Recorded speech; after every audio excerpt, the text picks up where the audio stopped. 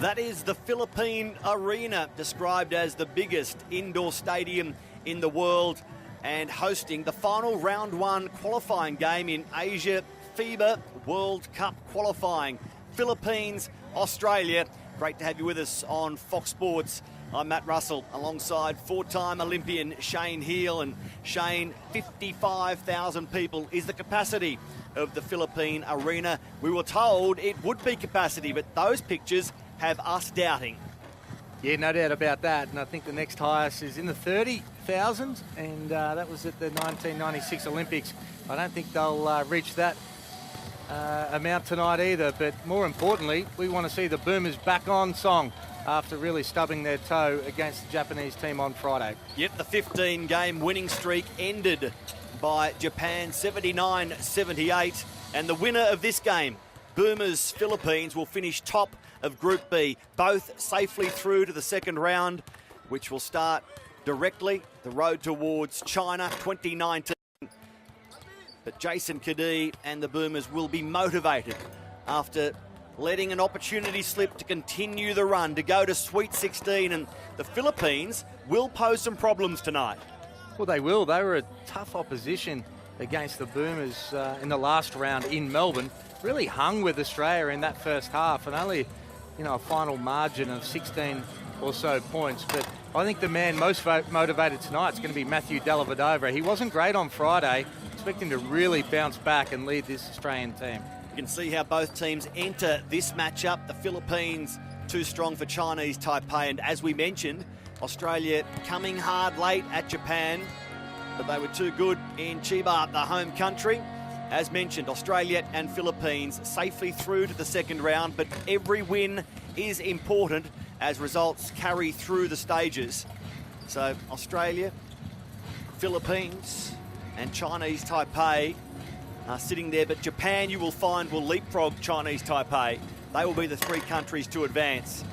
And this one is to decide who finishes in top spot. The next windows of qualifying, Shane Heal, come in September, then November/December, and into February, where Australia, as they pose for the team photo, the official photo, will be joined by the likes of Iran, Kazakhstan, and Iraq or Qatar. So there's going to be some trips to the Middle East. It is a tough qualifying process, very similar to the Football World Cup qualifying process.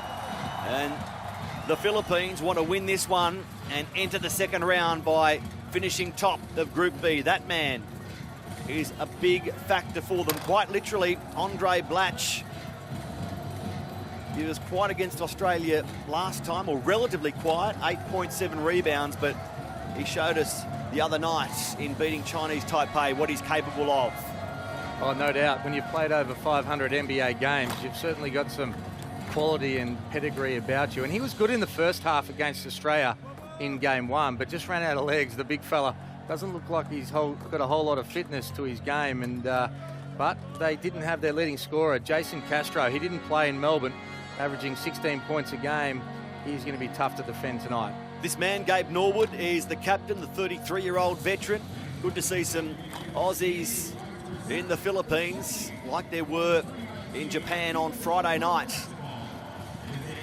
And some excited fans in the house. You experienced that firsthand in Melbourne when the Boomers beat the Philippines by 16 points. What about the Filipino element in that crowd, Hammer? It was incredible that night. I think 6 of the 7,000 were Filipino fans, and they certainly know how to support their team and make some noise. It also features a golden hoop.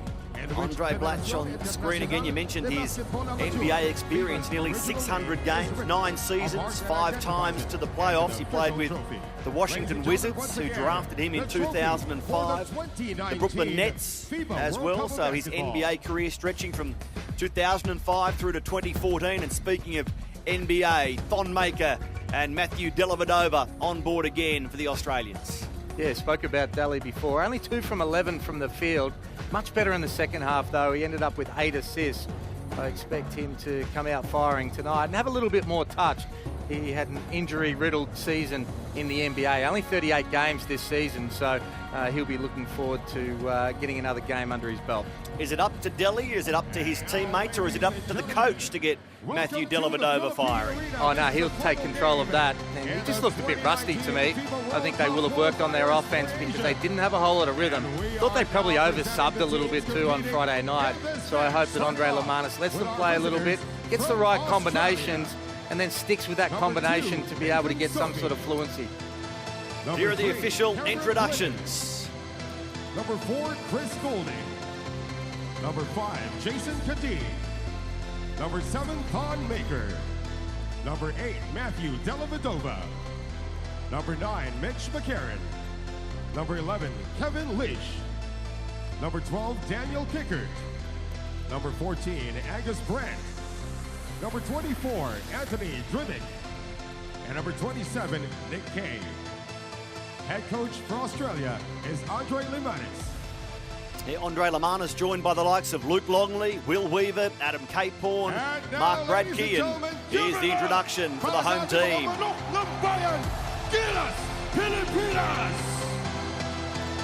Number 2, Terrence Romeo. Number 4, Carl Bryant Drews. Number 5, Gabe Norwood. Number 7, Jason Castro Williams. Number 8, Kelvin Abueva. Number 9, Bassett Ahmed. Number 11, Andre Blanche. Number 15, Junmar Fajardo. Number 16, R.R. Bogoy. Number 18, Troy Rosario.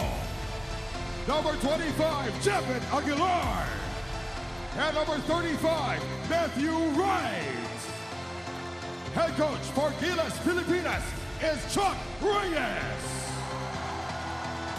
Chuck Reyes, a 5-time winner of the Philippine Basketball Association, 8-time Coach of the Year, as we get set for the national anthems. First, the national anthem of Australia.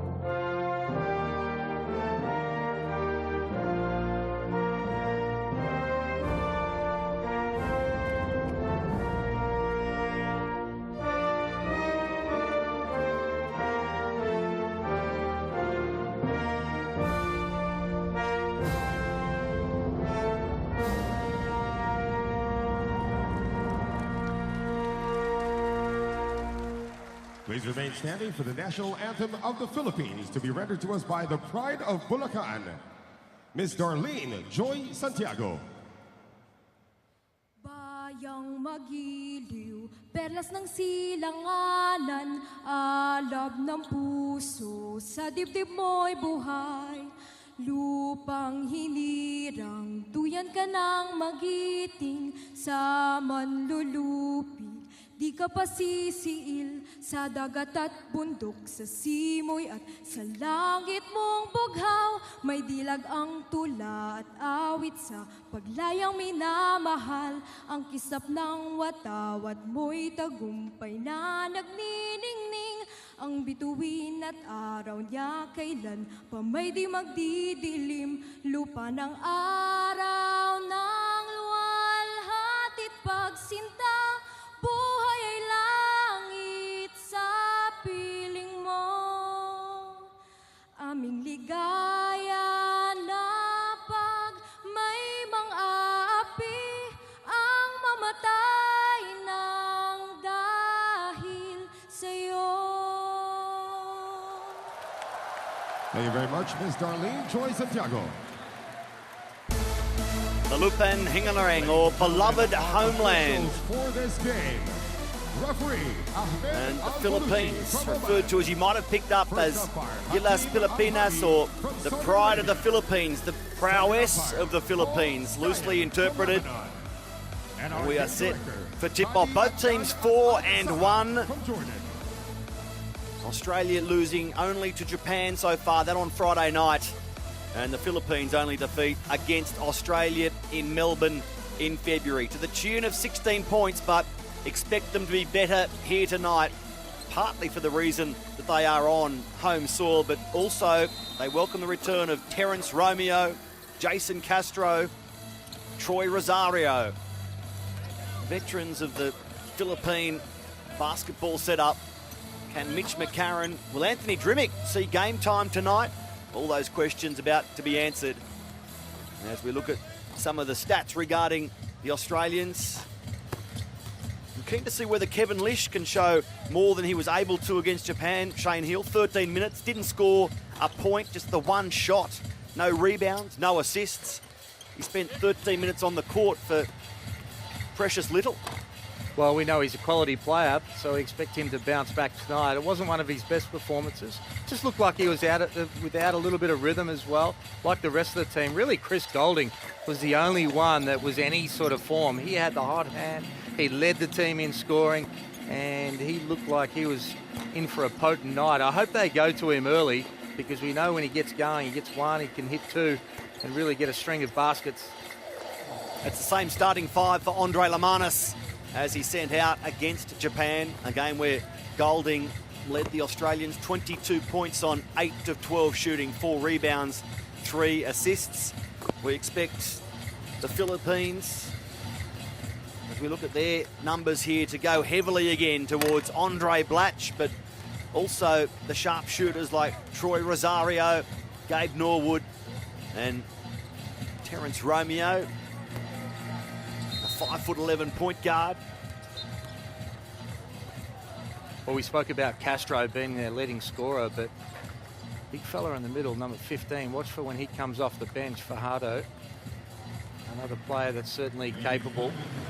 Andre Blatch, big man. But again, lacks a little bit of fitness, so the Aussies will want to really try and put him into pick and roll situations and see whether the big fella can slide laterally, see whether he can stay in front of the rolling big. And that's when Matthew Dellavedova is at his best, when he gets an opportunity to be able to read those rotations and be able to find the open man. Chot Reyes has also stuck with his same starting five. It was victorious against Chinese Taipei, and the man you spoke about, Andre Blatch, 31 years of age, 6'10" in the old scale, 208 centimetres, born Syracuse, New York, a Filipino-American, and he wears the blue of the Philippines tonight. Gilas Pilipinas. Will they be the pride of the Philippines tonight? Remembering it's a 55,000 seat capacity stadium, the Philippine Arena, but despite original reports that it would be full, that they'd be clambering to get the final few seats, later reports about ticket prices appear to have kept some away, Shane Hill. Well, they certainly do. Disappointing. We all bought into the hype that this stadium was going to be full, and you'd have to think that it'd be lucky to be half.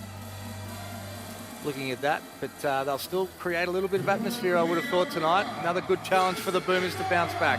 We thought we were going to challenge the 34,000 who watched the Boomers at the 96 Olympics semi-final game against the Dream Team. The likes of Andrew Gaze and Shane Hill against Charles Barkley, Shaquille O'Neal, Karl Malone, Scottie Pippen, Reggie Miller. 34,000 is the mark. The 55,000 seat capacity stadium had us thinking the biggest crowd ever is going to watch the Boomers, but Shane, it appears you won't be topped tonight, the 34,000. No, well, let's hope the result's a little bit better than ours was on that occasion, trying to get into that gold medal game against the Dream Team. The Georgia Dome isn't there anymore, but the Philippine Arena certainly is. And it's the Aussies with first possession through Dellavedova, straight to his Milwaukee Bucks teammate, Thonmaker. Dellavedova's shooting clip really poor against Japan, 2 of 11. And they turn it over on the first possession. Won't this be a confident start for the Philippines? But the first shot is a miss. And I like the first play from Andre Lamanis, really trying to get Golding off that staggered double, but he just had such a poor angle. Needed to take another dribble down to be able to feed the big fella. And on the move, Thon Maker, who delivered the highlight of the game against Japan, draws the first foul. A big, agile body that will prove a problem for the Philippines' defence. That running jam, it was the standout. Yeah, it certainly was. And you know, have a look at the mobility of this 7-footer. Great coordination, really good at rolling off those pick and rolls, getting to the bucket and being able to finish. But he's going to need to knock down these free throws. And one thing for Australia, they're going to have to control the tempo tonight. This Filipino team, if they get going and make a couple of baskets and get their crowd involved, might take a little bit of stopping. Thon misses both, but Australia get the ball back, and there's Matthew Dellavedova scoring first for Australia, and hoping for a better scoring night than he found on Friday. A wild turnover from Philippines taken by Thon Maker, and now Thon sets himself up, fed by Dellavedova. The Milwaukee Bucks doing it for the Boomers. And that's exactly what Delhi does. I like the full court pressure from the Australian Boomers tonight, really trying to get the tempo their way, but Dellavedova with that pass from a long way out. Castro with the ball, drives the lane, the left-hand finish is wayward. Might have been a touch there from the Aussies. Good D from the men in gold as Dellavedova pulls up again. Finds both sides of the rim. Who's going to post first points for the Filipinos? Castro is denied. Norwood, the captain in singlet 5, he's the 33-year-old veteran. Part of the Philippines set up since 05, and it's the big man, Andre Blatch. Well, he's deceiving Blatch. You look at his frame and bodywork, you think he'd be on the block down low, but he loves to be able to shoot that long three-pointer. Became a Filipino citizen in 2014, Thon Maker. And again, that's the modern-day basketball, isn't it? 7-footers being able to make these threes, and that's just a mid-range jump shot with the international 3 for Thon Maker. It seems you don't survive in the NBA these days unless you have a 3 ball. Right there, Blatch had his desert him.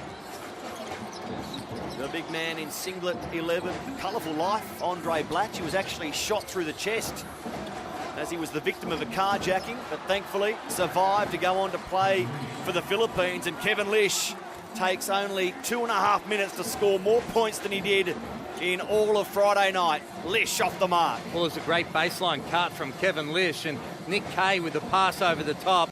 Nick Kay will be hungry to have a good game tonight. It wasn't one of his best. Took a lot of shots on Friday night, and some of his decision-making was a little questionable, particularly the last 3 that he took. And very unlike Nick Kay, they're such a stable player. There's Kevin Lish cutting baseline, the reverse layup, it's good. So after coming up empty against Japan, relief for Kevin. The Sydney King, who's part of the star-studded Sydney Kings ensemble for season 2018-19 in the NBL. That man was the man who kept Australia close to Japan within a point in the end.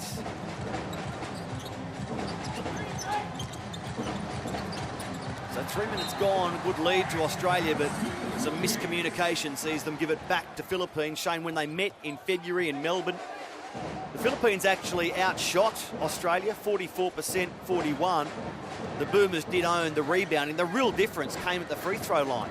Australia 25 of 32, Philippines only 7 of 19. So there's 18 points right there, and the margin was 16 in the end. Well, we can't underestimate the rebounding in that game, though. 50-30. Australia has a serious height advantage as they go down low on that little flex cut for an easy one. Japeth Aguilar.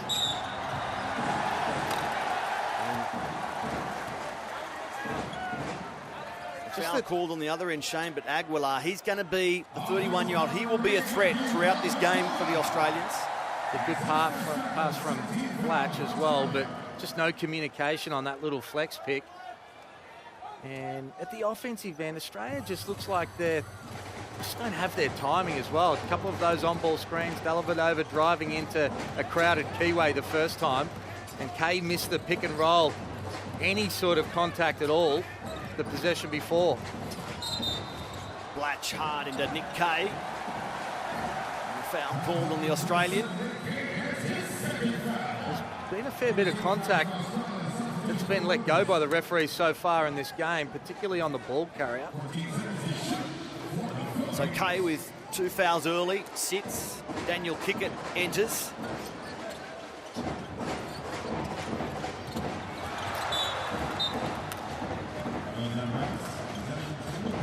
Andre Blatch. And they've had a couple of turnovers already, this Filipino team, and they just can't do that when they're playing against a more talented opposition team in the Boomers. They have to look after the ball, make sure they get a good shot every possession, as Australia get another turnover as well. That's a couple of possessions that have frustrated Andre Lamanis. What do Australia have to do to fix the problems against Japan, Shane? Well, I think it's in their combination at the offensive end. Again, you take your hat off to that Japanese team and their coach, because they really made Australia second-guess themselves as Blatch goes bang for his second three as well. He's averaging 12 points per outing in this World Cup qualifying process. 12 points, 12 rebounds, underlining his importance to the Philippines. Now Kevin Lish shoots off balance but hits the mark. Much better start from Kevin Lish. That came from the penetration on that curl cut from Chris Goulding as well. Really good find to Lish in the corner. It's Blatch again, guarded by Kickett, but Blatch backs himself, leaves it short. Dellavedova with the rebound. And Delhi goes to work, spinning on Castro. Now Kickett from three-point territory, it's good. The sharpshooter who was at Brisbane but has moved to Sydney for the next NBL season. And that's a great find for Kickett in that for that three-point shot. Anytime he's open, he needs to get the ball, and he needs to back himself too. I think he passes up on some open shots, Kickett. He's automatic. Blatch hits a little dry spell, yeah. Daniel Kickett, 12 points per game through World Cup qualifying as Goulding goes baseline. Out for Kevin Lish. Lish leaves it short, and the Philippines with the rebound through Aguilar. Yeah, but not only has Kickett been averaging double figures, he's been doing it at a 59% shooting clip, continuing what he's shown us in the NBL. But as you mentioned, really judicious with his shot taking, and maybe a little too judicious at times. If you're being ultra critical, a drive to the rim is successful. Jason Castro. Castro was almost an NBL player. Shane Healy signed with the Singapore Slingers in 2008. Started training with them, preparing for the NBL campaign, only to have the Slingers slip by the wayside. He never got on the court as an NBL player. Number 7 for the Philippines, Jason Castro. Well, he's certainly got some quickness, and he's been able to get himself into that paint and cause the Boomers a few problems. But Matthew Dellavedova at the other end, again with a nice little up fake and step through. 17-10 Australia, back into the opening quarter, and it's Lish for the Boomers. Support in Goulding and Dellavedova and Daniel Kickett, who gets there late, and that's called goaltending. So the 2 counts. Blatch making contact with the ball after it had started its downward trajectory.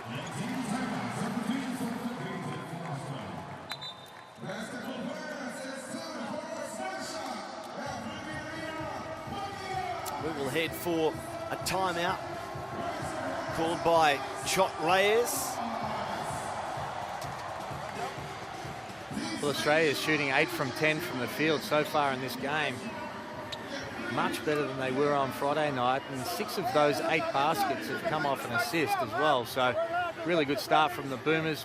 Both teams have got 4 turnovers so far. Big day in basketball, Shane Heal, with LeBron James announcing that move to the LA Lakers. $154 million US over 4 years, $208 million Aussie dollars. And didn't it cause some news after that involving Chris Bosh, Kawhi Leonard, Lance Stevenson? Your take on a significant basketball day? Well, he seemed pretty hell-bent, LeBron James, to be able to get to LA. And normally what he wants to do, he will get done. Just going to be very interested to see the other pieces that the Lakers are really going to be able to put around him, and whether those pieces can help the Lakers really compete for the title in the West. And I'd like to think that they could. Let's hope that Matthew Dellavedova and Thon Maker can stay fit and go up against the Lakers next year and go up against the Boston Celtics, where Aaron Baines has inked a new 2-year, $11 million deal. And I saw you on social media yesterday, Shane, applauding that deal. Well, he's probably signed for under the odds of what he's really worth, but sort of shows the love that he had for Boston and the role that he played as the Philippines score a little easy one under the bucket. But sometimes I think you're better off doing something like that for Baines and being in a great situation, playing a valuable role and a chance to be able to win. So kick it misses after the score from Junmar Fajardo for the Philippines. Singlet 15. Nice interchange of passing, and Fajardo draws the foul.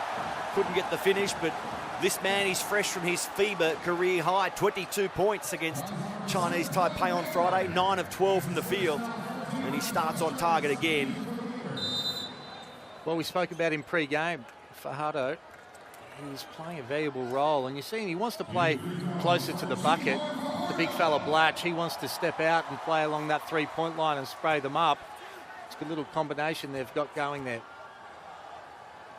The free throw man, Fajardo, he's a decorated highlights machine, a 4-time PBA or Philippines Basketball Association MVP, 6-time Filipino champion. Twice he's been the finals MVP. It's a fair resume he brings to this encounter this evening, Junmar Fajardo. Well, he's only been on for just over a minute and he's scored twice already, 4 points. But you look at Blatch, he's a big man, but taking 5 shots, 4 of those have come from the three-point line. As we see Jason Kadee injected into the lineup. And also Nathan Sobey. Pushing foul called on Fajardo. He's in everything at the moment. In the Philippine season just gone, he led the locals when it came to points per game, 22. Rebounds per game, 13. He had 20 double-doubles during their season. He's a danger man, no doubt, for the Boomers as Kadee whips it across court. And Nathan Sobey, the new deal done at Adelaide. Daniel Kickett, the soft finish fell short, and Blatch up the court. He moved a bit more freely than Nick Fazekas did against Australia on Friday for Japan, but Fazekas and Rui Hachimura combined to beat the Boomers to end that 15-game winning streak. And we've seen 10 Boomers with court time in the first 7 minutes. Kickett with a good look, but still. Now Sobey left alone. It bounces out as well, and Blatch with the reach for the rebounds. Terence Romeo. Romeo off the backboard. Great take. Both point guards have shown they have the ability to be able to cross over the Aussie point guards and be able to get a piece of that paint. Not only to score, but also to be able to create. Have a look at this, little hesitation, crossover. It's Jason Kadee going one way, he goes the other. A little bit of contact, and now an opportunity to be able to make a three-point play. They call him the golden boy, Hammer. Terence Romeo is a real star of 3-on-3, and through World Cup qualifying averaging 14 points, 6 assists. Handy stats. With a name like Terence Romeo, there are headlines waiting to be written day after day. Can you resist the temptation tonight? Give us time. Sobey, baseline, nice, off the backboard. Great take from Sobey. You know how dynamic he can be. Great athlete. Really good first dribble. And again, he gets into the paint as well. With so many Australian shooters waiting on the perimeter, they were reluctant to come and help. Romeo Kicks it outside. And the shot was really wide. If it wasn't an air ball, it only just licked the rim. And it was great defence from the Australians. It started with Cam Glidden really being able to contain that ball. And then a great contested shot on the three-point line as well to force up that rubbish that was thrown up. So Norwood, the captain, goes to the bench. It was Troy Rosario who had the pressure put on him.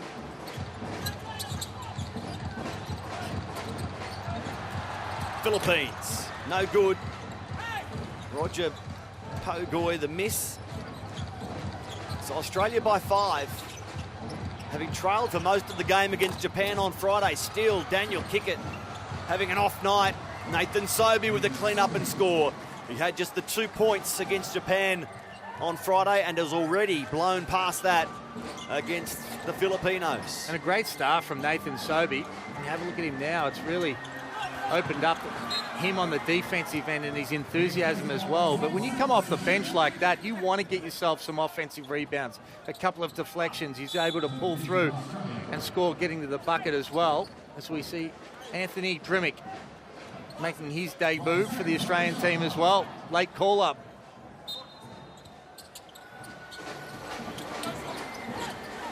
.40 seconds left in the opening term as Romeo uses the bounce pass, and here's their scorer again, Fajardo, Junmar Fajardo.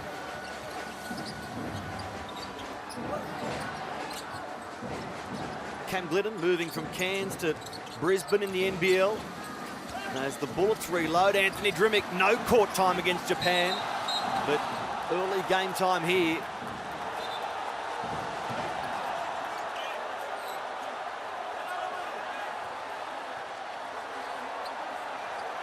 Offensive foul called there with a stray elbow. See Drimmick just not getting the right angle on that reverse layup, and right here, not sure what he's complaining about. He's just whacked Brandt right in the chops.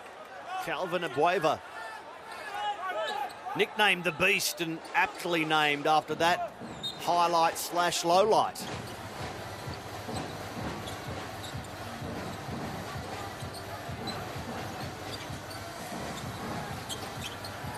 Drimmick elects to use Golding. Glidden back for Drimmick, who'd cross court but can't finish. The rebound for Philippines, and from mid-court with seconds ticking away. So Australia worked their way into the front by 5, 23-18. Better than they were on Friday night, but still after further improvement, no doubt, Andre Lamanis. We knew the Philippines would be difficult, and they are proving that. That is the scene at the Philippine Arena. The anticipated crowd of 55,000, not there.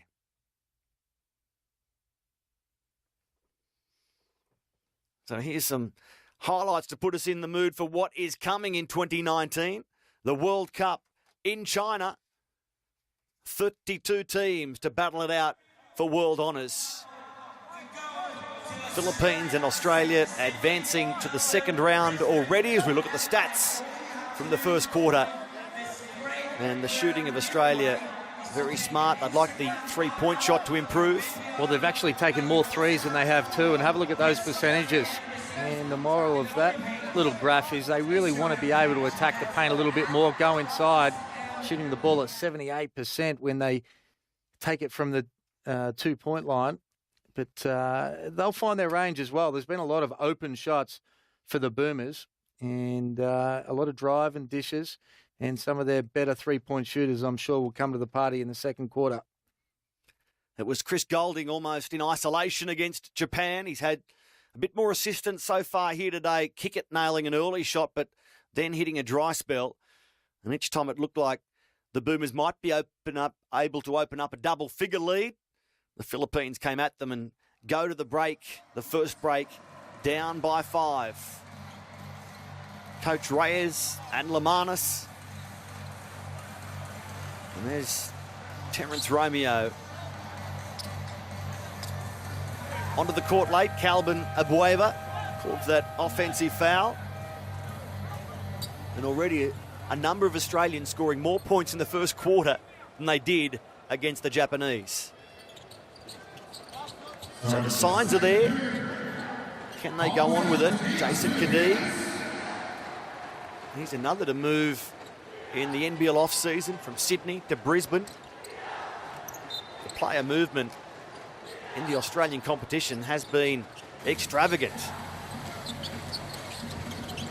Well, they certainly needed to recruit, didn't they, the Brisbane Bullets, with 2 wooden spoons to their name in their first 2 years back in the league. Andre Lamana says enough's enough. Fajardo opens the scoring for the Philippines in the second quarter.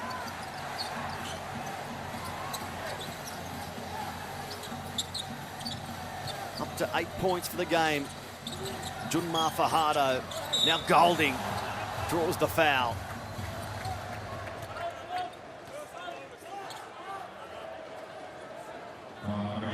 Injuries have prevented Golding from being part of every qualifying game so far. He's missed 2 along the way, averaging 13.5 points through World Cup qualifying at 60%, so a nice clip. It's been a good 2018 for him, hasn't it? Captaining United to that franchise's first NBL championship. Signing a new deal, a 3-year deal that will take him through to a 5th year at Melbourne United.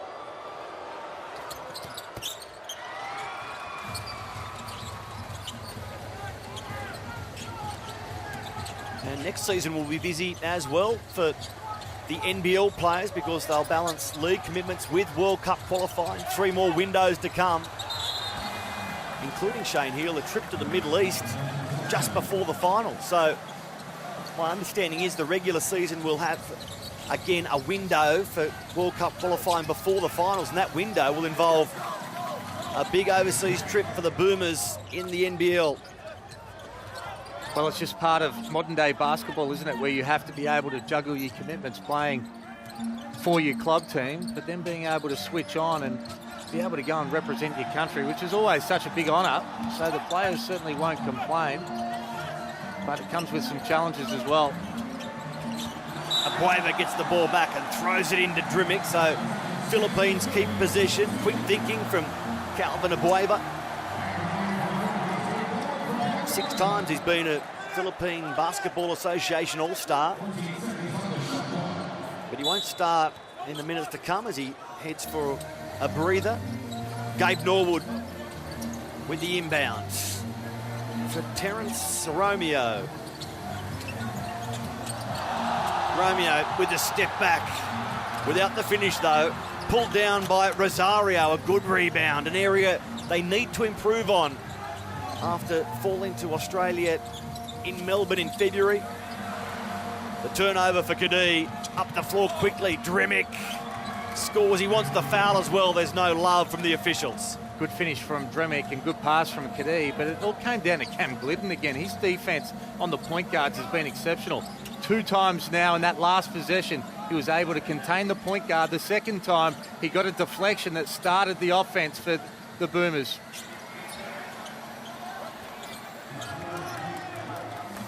Fajardo comes up empty and Kadee comes up quickly for Glidden. Nice transition, Australia. And Glidden drops his first triple of the evening, giving Chot Reyes food for thought. And it came from good defence again from the Boomers. They were able to get that rebound, great outlet, and another kick-ahead pass from Jason Kadee. And Glidden, he's shown that he's one of the premier 3-point shooters in the competition in the NBL, and that's translated when he's put on the green and gold. Shane, again, a real spread of scoring to the Australians without being a runaway leader. The top mark at the moment, a 3-way run. Kickett, Lish and Thon Maker, 5 points each. Are you a fan of that, or do you want someone to cut loose like Golding did the other night? Are you happy for the sort of equal opportunity scoring at this stage? Well, there's different philosophies that you can go with. Coach Andre Lamanis has played 11 players already, and you know, when you've got more talent, sometimes that's the way to go. Other times you want to really get your 7, 8, 8.5 players and get them into some sort of rhythm, understand their roles, exactly what they're going to do game in, game out. They're only 40-minute games, The problem that you have if you try and play 11 players is that no one ever feels like they're getting any sort of rhythm. You can play fresh all the time, but that's contrasted with just not feeling like you're in a normal flow of the game. 32-20, opening 2 minutes of the second quarter. It's Jason Castro back into the point position momentarily. Now Romeo working his way close to the target and scoring. All 5'11" or 180 centimetres of Terence Romeo. Really good hesitation move. And the Boomers right there, when they show the big man can't leave, he has to stay on the ball until he either shoots it or gets rid of it. So the Boomers turn it over. Weight of numbers for the Philippines, and Blatch draws the foul. Had a quick look at the officials to see what way they were going to go, charge or block. Well, I think when you flip a coin, when you're playing in the Philippines, you're probably going to get that call. And there's that move that I was talking about. That time Brandt was more worried about hesitating, getting back to his own man rather than staying and having the trust in the rotations behind him. The big man must stop the ball. Andre Blatch, since finishing his 9 seasons in the NBA, he spent 3 years playing in China. Filipino-American, born Syracuse, New York.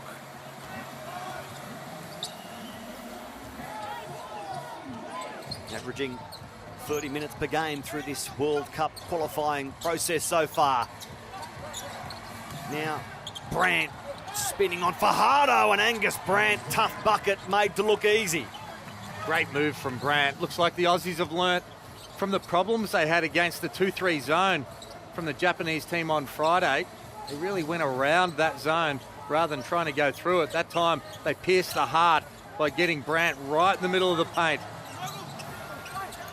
Now Romeo for Fajardo. Good finish under pressure. Angus Brandt scored 13 points last time around against the Philippines, second only to Cam Glidden, who led the way with 16 that night. Well, you'd have to say, compared to the contact that's been allowed on the ball carrier tonight, that was a pretty soft foul on Blatch. See Brandt with that post move, really good seal to be able to demand that ball against the zone right in the middle of the paint. And he's really shown that he's equally as good with his left and right hand when he uses his hook. And there's that same pass right into the heart of the defense. That free throw line opens it up, and if that shot's not there, they go high-low, or they can kick it out to the shooters on the wing. Nick Kay leaving Illawarra for Perth in the new NBL season. He had 7 points last time against the Philippines, averaging 7.5 through World Cup qualifying, and Romeo. You can see why the Philippine crowd love him.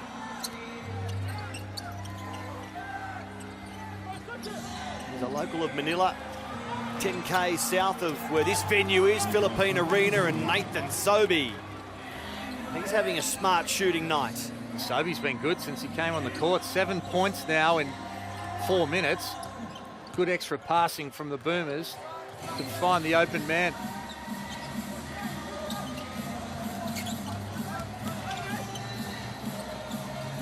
Castro out for Romeo, who loses his grip. Kay spots Sobey, who hurdles Blatch through Kay on for Golding, but without the finish. Hustle from the Aussies sees them get it back.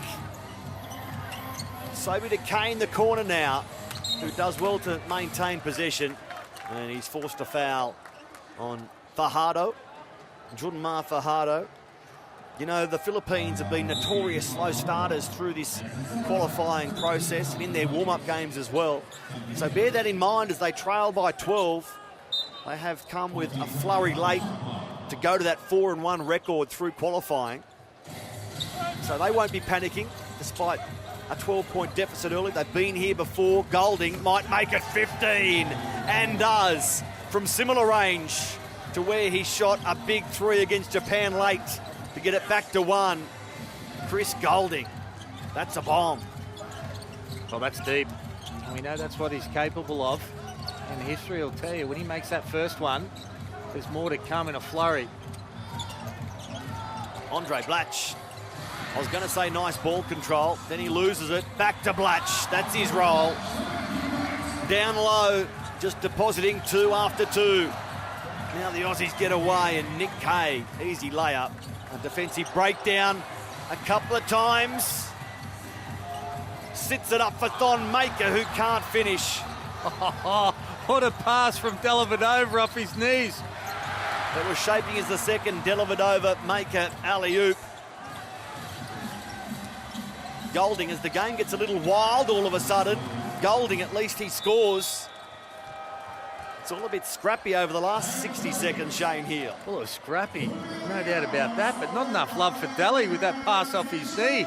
That was incredible. Big Thon Maker needed to be able to come through and slam that one home. That would have made all the highlight reels back home. Yeah, a would-be assist let down by the lack of a finish. And that's just typical Matthew Dellavedova. Just with the hustle, he's got a couple of steals in that full court. Just put so much pressure on the ball. He's made a living from it, and that's a man who's shown a persistent mindset and a toughness that wasn't drafted, but found his way onto NBA rosters, won a championship with his Cleveland, has made his team better all the way along. And his Cleveland teammates loved him. They loved the terrier-like fight. Well, I don't think anyone wouldn't love a Matthew Dellavedova. He's just the perfect teammate. A great guy, but plays hard all the time, really unselfish.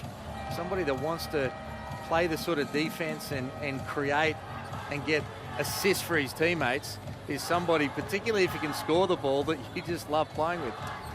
And Shane, it leads me into a question that I've been asked in the lead up to these qualifiers. If we've got Thon Maker and Matthew Dellavedova, why don't we have more NBA players playing? But you've got a very good answer for that. Yeah, well, we spoke about it before the show, and you know, you look at these guys that have played so many minutes and so many games over a longer period of time, and Joe Ingles might have played 100 games this year in the NBA.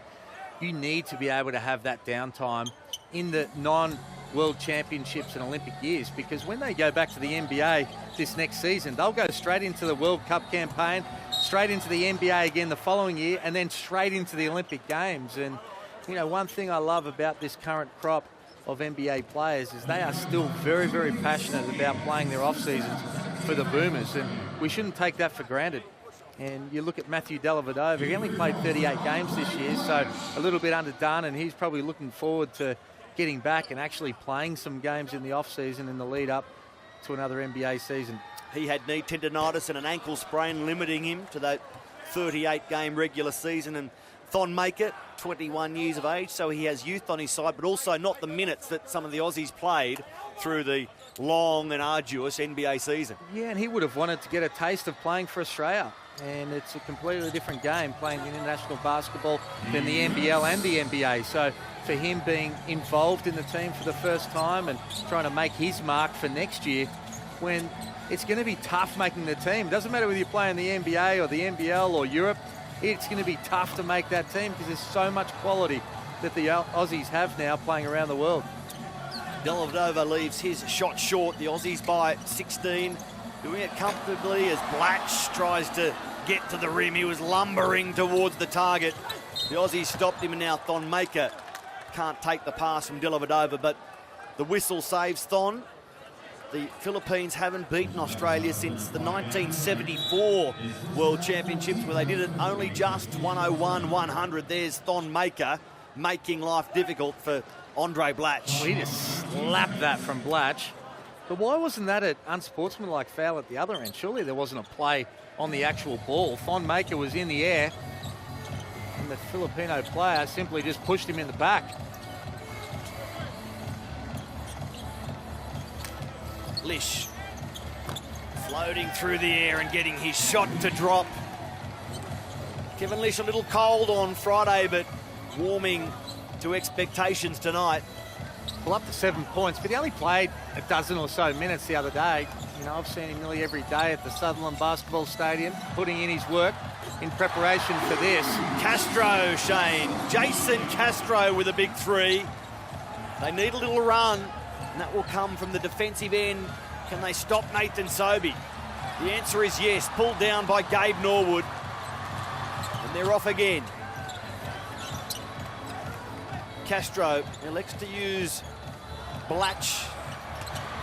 And Andre Blatch backing himself from range, but I suspect the coach might want him to get down low a bit more often as Thon Maker finds that position exactly and draws another foul on the Philippines. Well, Blatch has taken 5 of his 9 shots now from the 3-point line. Look about effort in 13 minutes too from the big fella.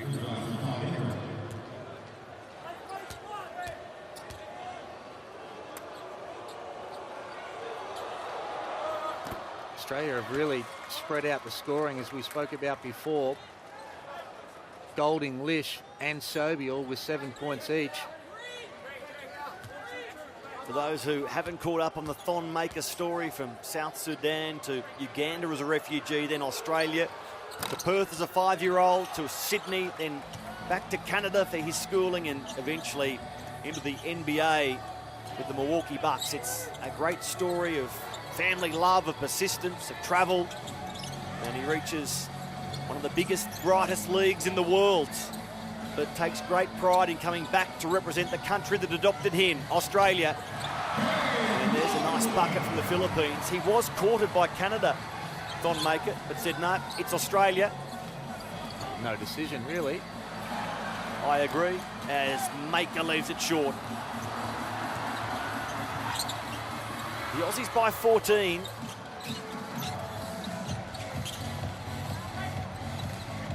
Jason Castro trying to shake Kevin Lish.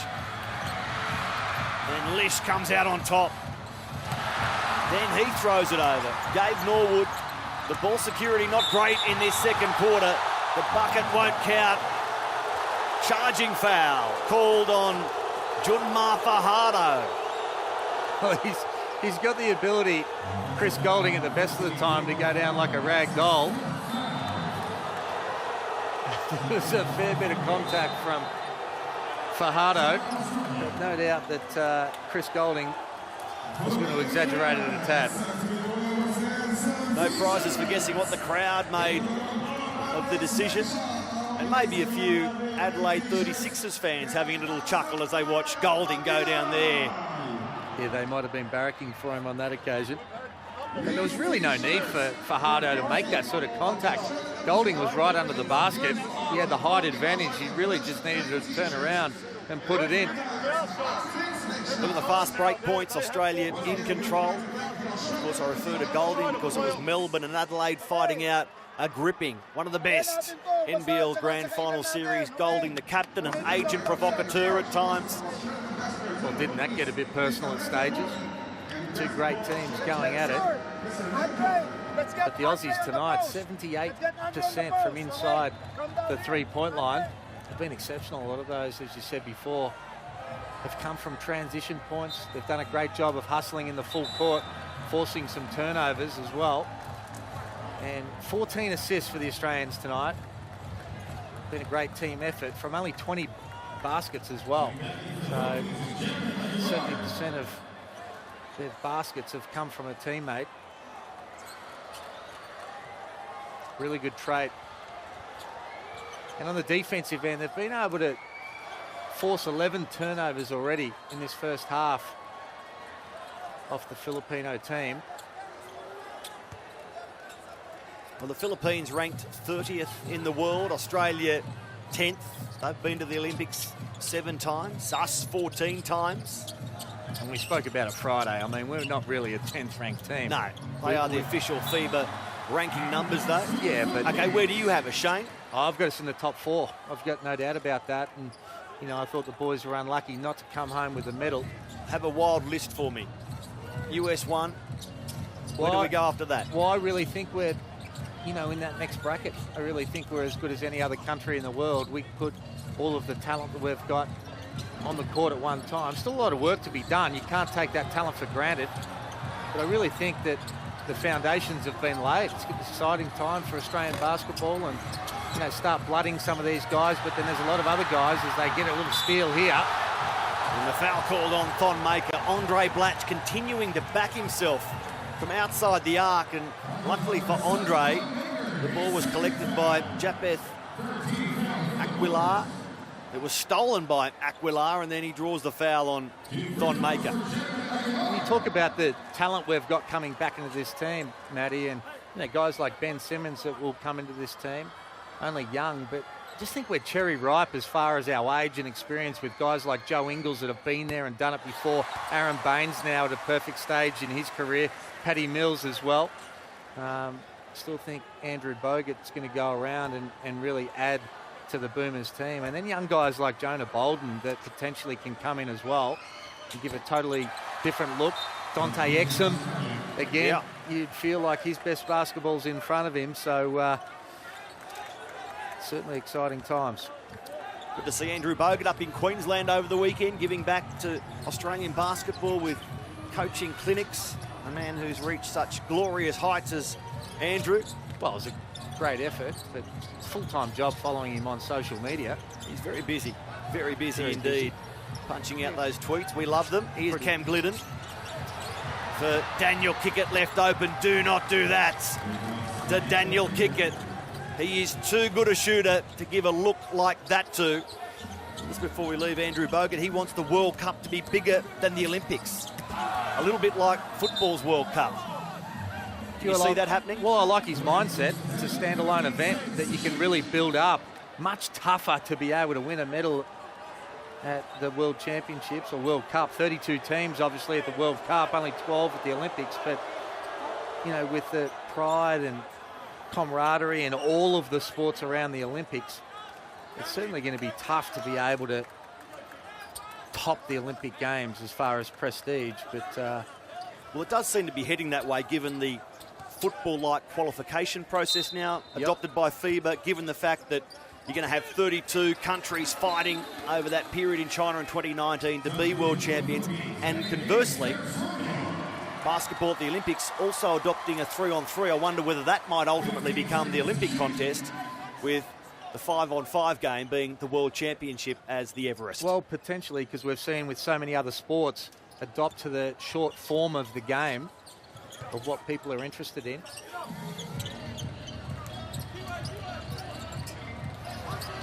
Terence Romeo, they need a big finish to this first half. Philippines, Blatch, good defence by Dellavedova, sends him back. And now they lose the ball.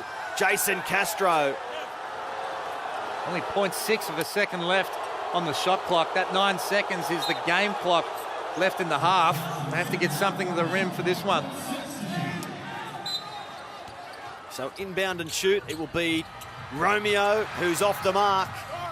And the Australians armed with the best part of 6 seconds. Can see out the first half. Glidden goes early.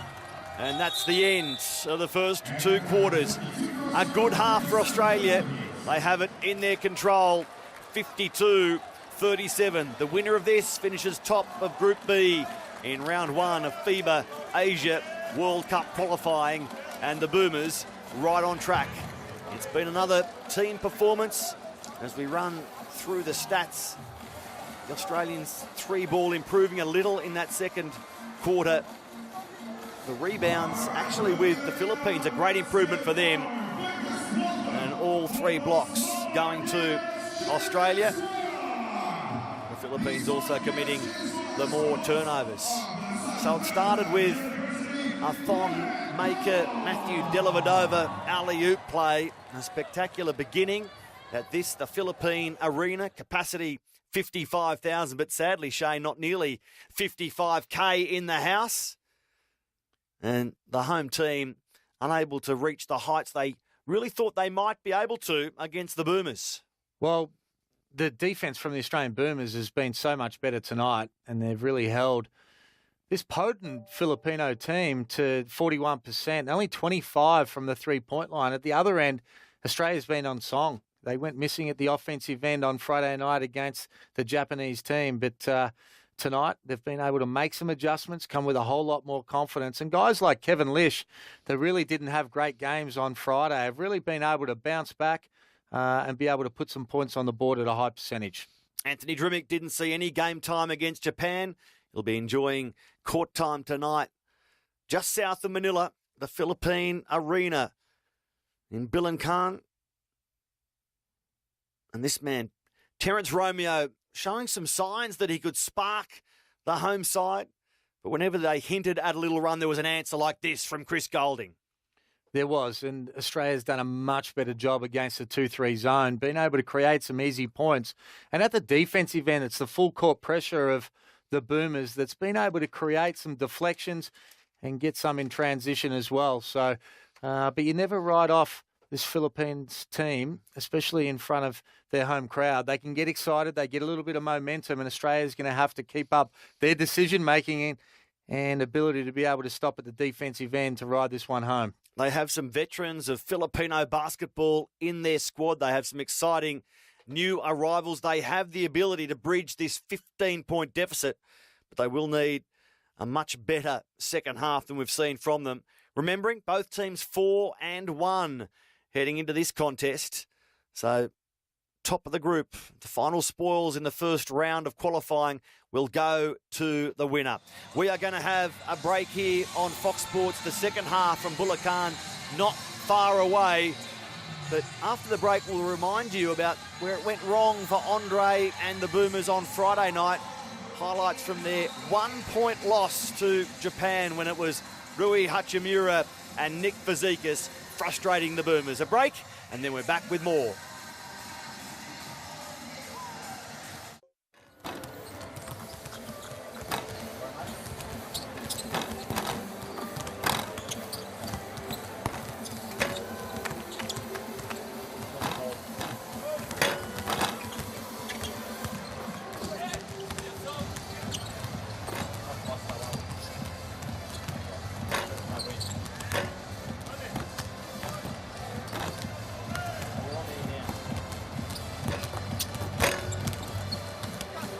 So Jason Kadee and the Boomers back on court, just having that little shoot around before resuming the second half.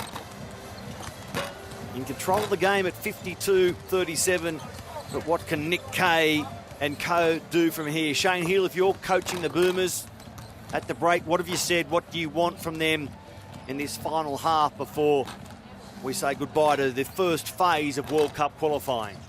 Well, I think it starts at the defensive end. I think the Boomers have done a great job picking up full court, getting deflections, really pressuring the Filipino team into taking bad shots. They also have to contain on defense. We've seen that the little guards for the Philippines really want to penetrate. They have the ability to be able to get to the bucket.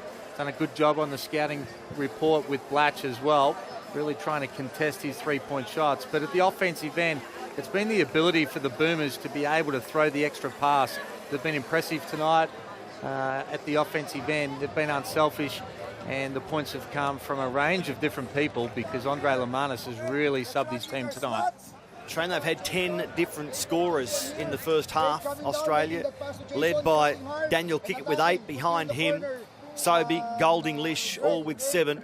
Coach Reyes giving his Filipinos their final instructions and leading the way for the home team. Andre Blatch, 10 points, but not at a great shooting clip.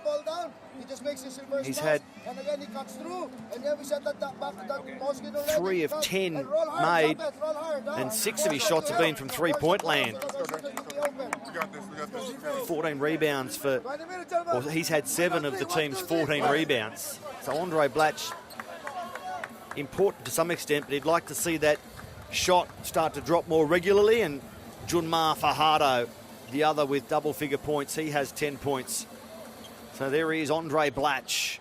I'd like to see the Aussies too put Blatch in a pick and roll a little bit with Dellavedova and see where they can really attack him, get into foul trouble. Obviously, he's not a great lateral mover, and I think they can get some easy ones, particularly with Thon Maker over the top. We know Delhi's a great passer. 52-37 as we return for the second half. Thon Maker and Matthew Dellavedova exchange the first pass between themselves, and Lish through Kay to Dellavedova and Goulding. 10 different scorers in the first half. No one more than 8. Is it an individual standing up in the second half for Australia? Or does the team continue to be the priority for coach Andre Lamanis? Dellavedova finds Golding, who will lay it in.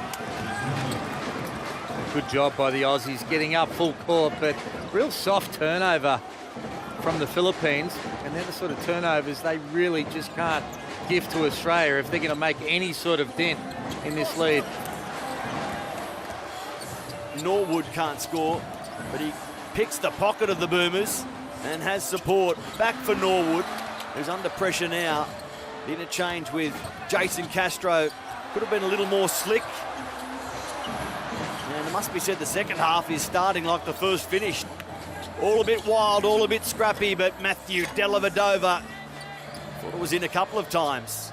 Kay with a soft rebound now. Thonmaker ran into the obstruction. It was big Andre Blatch blocking the path. Well, Blatch did a good job of moving his feet to get outside that semicircle.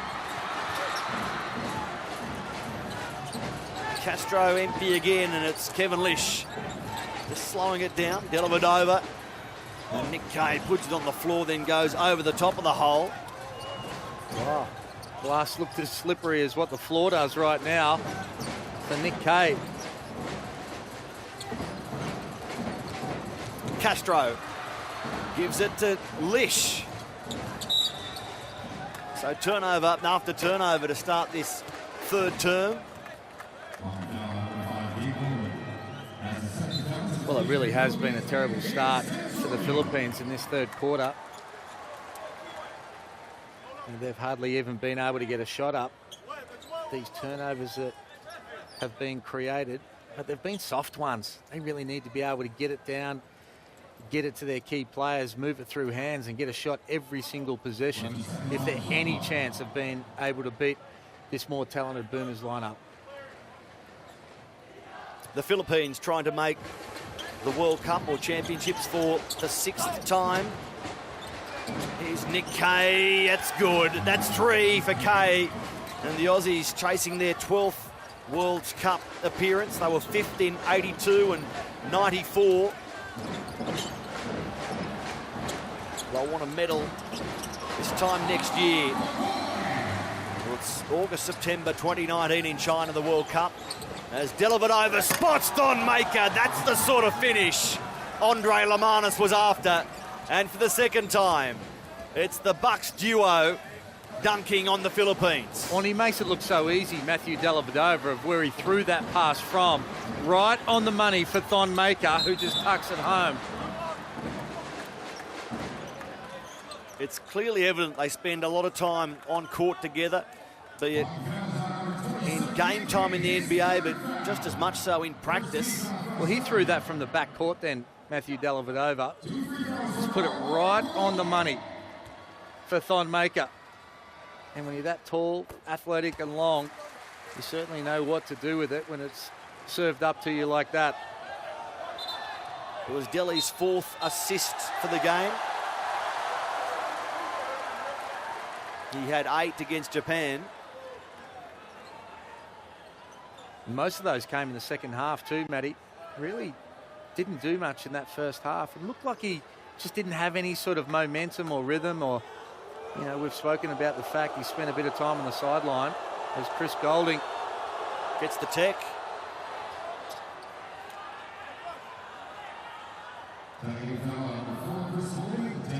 Well, he certainly doesn't want to engage this crowd. They're just looking for something to be able to get involved, because their team right now isn't giving them anything to get excited about. And that's the time when you're the opposition player, you just want to be able to play a straight bat.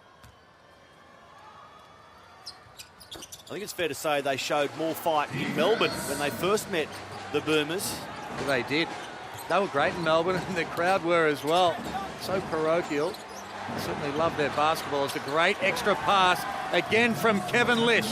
The second for the third quarter for him, and Matthew Dellavedova goes bang. Just sets his feet and slots it, Matthew Dellavedova. The Aussies by 21, in complete control and looking to blow it out of the water now as Blatch, baseline, off the glass and away, and it's pulled down by Dellavedova, and the foul from Andre Blatch is an easy call. Well, and interestingly, that's the first three-point bucket made for Matthew Dellavedova over the 2 games. And there was that extra pass from Kevin Lish as well. And there it is again from Lish to Dellavedova. But with the three-point line being considerably closer than the NBA line, you would expect Matthew Dellavedova to be knocking a couple of trifectas down, as this time he goes to the bucket with a nice little floater. The teardrop all the way down the cheek. Great to watch. The Filipino fans will be crying because Dellavedova is finding some rhythm now. You've got to have a runner. You've got to have a runner, Matty. And Delhi has that. Really used the strength and physicality to be able to remove the defender and then get himself to the bucket for that nice little runner. I think he earns himself a little break. It's like the AFL. You score, you go off. We know you were a great three-point shooter, Hammer, but what about your runners? Tell us about practicing them. How do you make sure that you do have a runner? Oh, you've got to have a runner. I could only have one going right, but you've got to practice it. And, you know, when you put so much time into your game, not sure why they're shooting a tech foul there. Well, they're controlling the game, but certainly not the officials, the Australians. As we look at Dellavedova, pretty to watch, isn't it? Soft finish.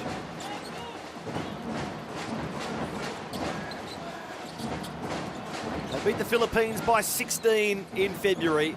Out by 23 with a lot of game yet to play here. Andre Blatch, guarded by Kickett.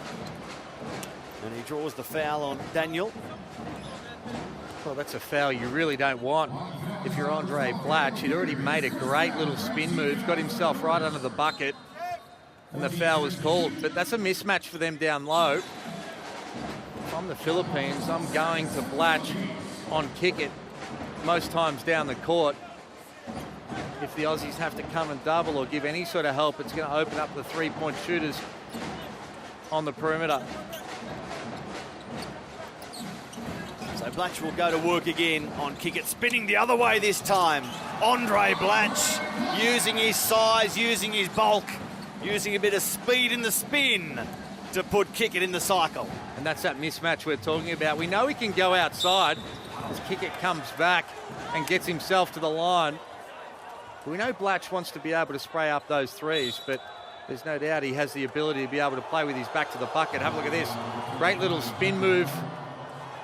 That time going over his left shoulder. The possession before he went over his right, showing that he's capable of going both ways. A skilled big man with over 500 NBA games to his name. Well, this man, Daniel Kickett, we're about to see on the line as a tech foul is called on the Filipino coach, Vincent or Chot Reyes. So he in no doesn't miss. mood to muck around, are they, the officials? No, he doesn't miss Daniel Kickett and hasn't for a while. You know, he started his basketball journey in many respects at St Mary's. He was their leading scorer until one Matthew Dellavedova came along. Went past his fellow Australian, but you've cursed him, as is the commentator's way, Shane. But Daniel Kickett has played in Italy, in Spain, in Poland, in the Ukraine, and 2 years at Melbourne, 2 at Brisbane, now to Sydney. The 35-year-old has had some career.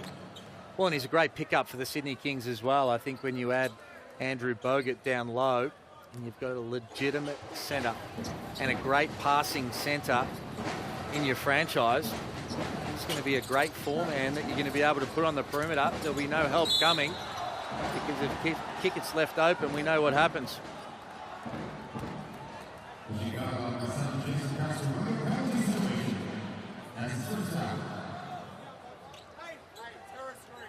So it's a sort of game that is leading to a little bit of frustration, not just in the players, but in the coaches, with Reyes called for a tech foul. This man's been called for the tech a few minutes ago. And we are seeing plenty of free throws. It's a clunky old third quarter. Yeah, it's certainly been a scrappy game, no doubt about that. That's all right for the Australians right now, because They've been a little bit more physical at the defensive end. This full court pressure has certainly disrupted the Philippines team.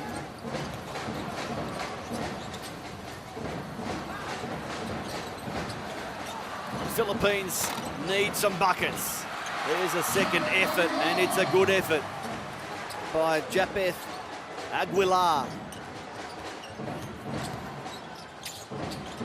Lish finds Kickett, who thought about the shot. Instead, Kadee, who was the only one not to score for the Aussies in the first quarter. Chris Goulding delivers from long range again. And that was a great set from the Boomers. Kadee came off that, off the Kickett screen. Then Kickett went and set a pid down for Goulding. Really good find, great shot. The answer from the Filipinos. Jason Castro-William. Goulding backing himself successfully. He makes it 3 of 4 from outside. Kickett is assisted back to his feet. Well, he's on fire, Goulding. They have to continue to go at him. Look at that, 17 points now, 5 from 7 from the field. And Chris is just going to be a little bit careful here. Love the passion that he plays with, but again, when you play on the road, you just don't want to get these referees offside. You certainly don't want to get the crowd involved either. Romeo set it up for the highlight finish, but it was incomplete, and now Thon Maker says, we'll show you how to do it. Nice bounce pass for Kickett, and the Aussies go further ahead. Oh, that's some skills from the 7-footer. Gets that rebound, takes off, shows his ball handling skills. Beautiful pass. And that's 2 in transition. He's enjoying his maiden campaign with the Boomers. Thon Maker. Dribbling like a point guard, picking off the support perfectly. Yeah, it really was a great play. But this has been an impressive fight back from the Boomers after losing that game on Friday night. They were on a 15-game win streak. No one really expected Japan to be able to compete with them. And the Aussies stubbed their toe, but they've made some adjustments, come back with the right attitude and the right mindset. It looked like a different team tonight. Drinking coach Reyes is satisfied with his team. He's urging them to get back in defence to hit somebody. I don't think he means literally, but he'd probably take literally right now. Yeah, he's certainly challenging his guys. I have no idea what he's doing to Kickett. Kickett's just standing there. But again, they look a little bit frustrated. That's that screen that I was talking about from Kickett after Kadee came off that pick and roll. Well executed. And I like it with the Boomers play with this mindset of being able to get their best players some open buckets. Goulding's really matured as a player. We know he can score, but he makes better decisions these days as well. If that shot's not on, has the ability to put it on the floor and find teammates as well.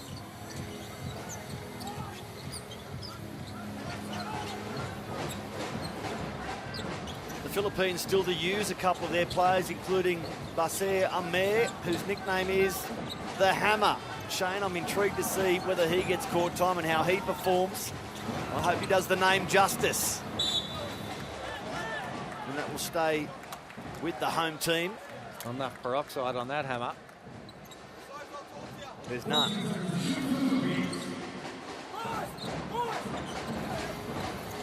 Australia by 28, doing it easily at the Philippine Arena in Bulacan, just south of Manila. The final stop in their first round of World Cup qualifying. Win this, they'll be 5-1, top of Group B, and they'll go into the next round where they join a group of 6.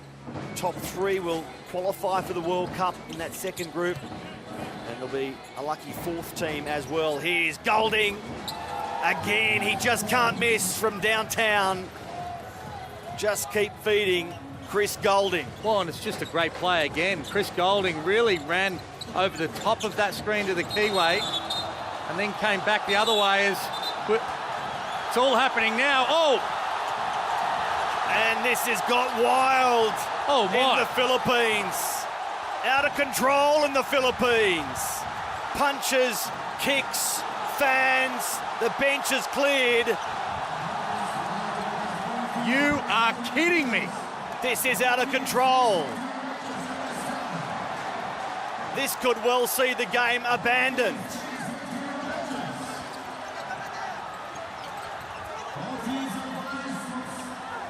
We obviously can't see, but there's an Aussie on the ground there. Well, these are sad, disgraceful, deplorable, abhorrent scenes in the Philippines. Nathan Sobey has been assaulted. Are you kidding me? And again, we couldn't get a camera angle, but there must have been 15 or 20 Filipino players around Nathan Sobey and Chris Goulding. You saw Luke Longley run from one end of the court to be able to stick up for his teammates. This is disgraceful. Shane, I have never seen anything like this in all my years covering professional sport involving Australian teams. When you've got to go back to that timeout from the Filipino coach and the emotion and the way he challenged his players, and you've seen there's been a bit of niggle all the way along. There was an unsportsmanlike foul on Chris Goulding that started this. It was nothing but a cheap and disgraceful play against the Aussies. They'll get serious penalties for this. This is really bad. I've never seen anything like it, let alone in an international tournament. Can the game continue? Well, I'm not sure what happens from here. You know, but you look at Chris Goulding there. You know, you look at some of the players and what they've copped and the amount of punches and kicks and the mindset that this Filipino team attacked the Australians with is disgraceful. You raised a very good point. We took the time out from the Philippines where the coach urged his side to hit the Australians. I didn't actually think he meant it. Well, and that's where it started. Just on that offensive foul here from Chris Goulding. Cheap play from Kickett, who's come in from the sideline after this as well. And that's cheap from the Filipino to start with. Kickett's come in and stuck up for his teammates, and I mean, Blatt should be fine for throwing such a soft punch anyway. But have a look at these flying punches and kicks that come from the Filipinos. Never seen anything like it, particularly in a world event. What I'm worried about is on the other side, back over there where we saw Sobey. Right here, look at this. Unbelievable, Shane. Sickening. The chair's thrown. And look how many players are on top of those Australians.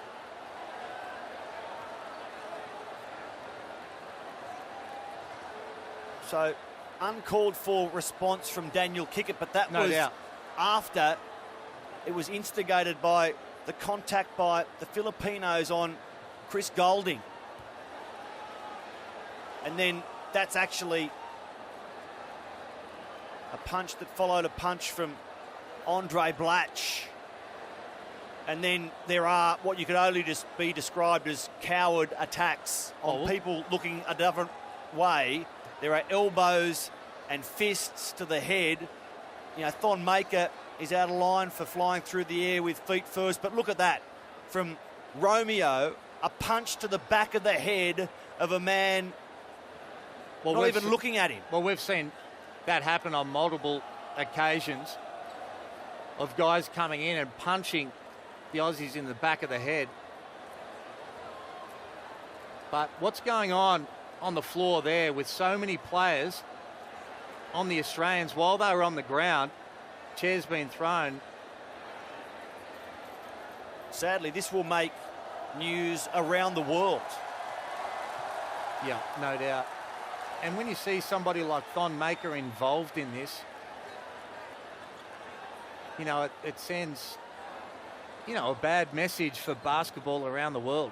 It really does. And these guys that are paid so much money actually being involved in it makes it tough. And what was supposed to be a historical night, talking about 55,000 people coming to this game, obviously it didn't get to that. Can you imagine if it had? Can you imagine if there were 55,000 screaming, passionate fans and that unfolds?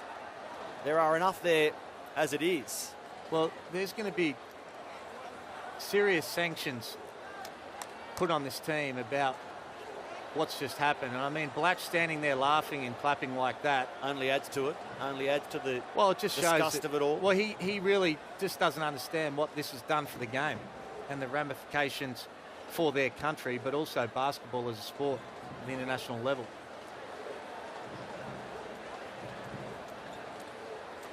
So time for some cool heads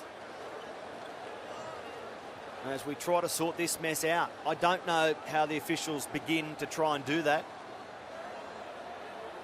Well, I think you're right. I mean, this game can't go on. Why would you want to go on if you're Andre Lamanis right now and walk back in to a situation where there's been kicks, there's been punches, there's been coward punches, there's been chairs thrown and everything else? This game can't go on. The complicating factor is that these games are important ongoing as part of World Cup qualifying. These results get transferred straight through to start the second round. So if you have incomplete games and incomplete scores, the teams involved are technically at a disadvantage to those that have been able to complete their games.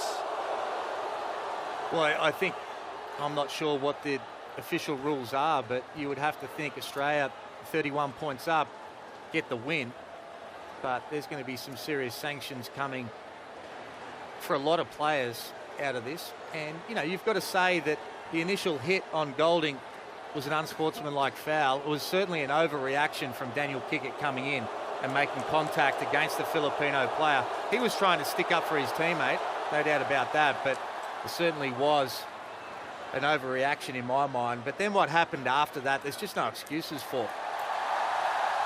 I know the adrenaline is pumping and there are so many emotions at play, but the Australians would be well advised to sit there expressionless, looking only into each other's eyes, leaving the crowd and the officials to move on. There's the contact on Chris Golding initially. And it's that contact to which Daniel Kickett reacts with a bad elbow to the head. And that makes contact with Roger Pogoy, and then, quite simply, all hell breaks loose. Well, and that elbow from Kickett, you know, no doubt, you know, I think that was cheap. And I think, you know, he could be suspended for that game on that elbow, for that action. But what transpired from the rest of this Filipino team, you just can't excuse. And Chris Golding, there's no doubt, exaggerates, expecting this contact in the second one. But again, this is a cheap act to start with as well. So Roger Pogoy just chesting Golding. You can see the intent, the determination. And then that's the contact from Daniel Kickett, which, it must be said, is more significant than the original contact, Pogoy on Golding. And because it's a raised elbow to the neck/head. Well, and that was cheap. And, you know, we've said the way it is about these Filipino players that have come in and hit players in the back of the head and from behind and the kicks and everything else. But the play that Kickett made, no doubt, was a cheap shot to the head of a Filipino player that certainly wasn't ready for it either. That's a very good point. But that certainly does not make an excuse. Have a look at that cheap shot running in from the background and punching Thon Maker in the back of the head. And if you're the Milwaukee Bucks, the last thing you want to see is your first round draft pick involved in anything like this. You've got two current NBA players out there in Matthew Dellavedova and Thon Maker, former NBA 500 gamer Andre Blatch, prominent as well. And while all this was unfolding, perhaps the worst images were of Nathan Sobey pinned underneath a chair with objects being hurled at him, and multiple Filipino officials or players and accompanying authorities attacking him. Yeah, and Chris Golding, I think, was on the ground right next to him. But, you know, all of those players came off the bench. I mean, in basketball, you're not allowed to come off the bench to be able to jump into anything. They had players come off the bench and throwing haymakers into the back of the Australian's head. While Calvin Abueva was grinning broadly, Matthew Dellavedova has the expression I would suggest is most pertinent right now, expressionless. And I think that's how every player and official should feel right now if they have, their heart for the game. Because it's just not what you want to see in international basketball. When you're putting on your country's colours, it's just not a good look. 79-48, Australia by 31 points before a wild eruption. An uncontrolled brawl. This game can't go on, Matty. What are they looking at the replays for? I can only assume they are going to try and apportion fouls and then continue with the contest. Oh, but cut it out. This has got to finish. I agree. I just don't think that straight away. This game can't it's... continue. And these scenes are childish. Am I reading it incorrectly? No, I agree. To be taking selfies and smiling with a silly expression after you have been involved in scenes that will go around the world and damage basketball, there needs to be advisors to the Filipinos here saying your behaviour is out of line. Yeah, there's trouble. There's ramifications coming from these actions. It's no use looking like a street gang after being involved in action that befits a street gang. Well, and particularly when they've played good basketball in the entire series. They're sitting atop with the Aussies of being able to try and get the #1 position. And then this sort of behaviour, then sort of savouring the moment of what role they've played in it. And it's like they're talking about it and say, see what happened with this and see what I did here. And you don't want to be crowing about these sort of actions. We have lost all objectivity here. We have criticised Daniel Kickett for his involvement with the elbow. We have said it is not the right action for Thon Maker to be chasing an attacker and trying to kick him, even though he was attacked on the back of the head. But then after all of that, for this man's team to be taking selfies with silly grins on their faces as if to make light of the situation, it is plain and simple wrong. Yeah, and that's where you need the leadership. We speak of their coach. He needs to be able to get that team together. They really need to go to the locker rooms until this is sorted out. You see in the stadium of the players going up on screen and then the crowd chanting them on for their involvement in this action. But the coach needs to take control of them. The officials of the Philippines team needs to take control as well. And also let them know the significance of what they've been part of. Right now, I think they're oblivious to these actions right now. Well, the officials are Oman's Ahmed Al-Balushi, Saudi Arabia's Hatim Al-Harbi, and Lebanon's Paul Skayem. I'll go back to my earlier comment. I don't know how they sort this out. They can't. And to be honest, with what's gone on here, I'm not sure how they can be allowed to be able to move forward in this competition. There's going to be some serious bans. This is, as I said, this is a dark day for international basketball. These sort of things can't happen in our game. If this was another sport, it would be heavily attacked. It would be criticised for days about allowing scenes like that to unfold. Well, and that will take place. There's no doubt about it. And it should. Sadly, it should.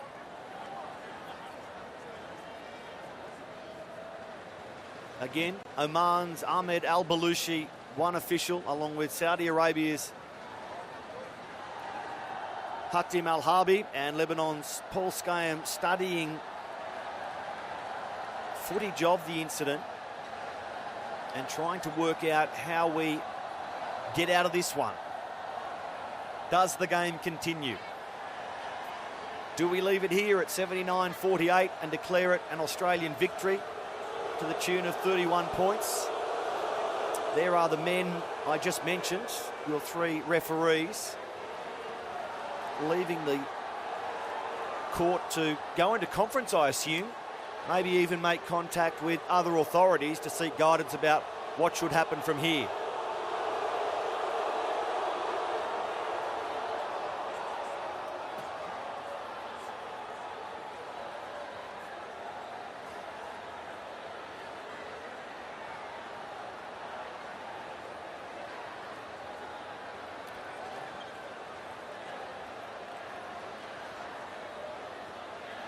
You just wonder how the emotions of everything that's gone on and transpired in that altercation, how you could possibly go back on the court and expect that there won't be more emotions, and how people are going to be able to control themselves.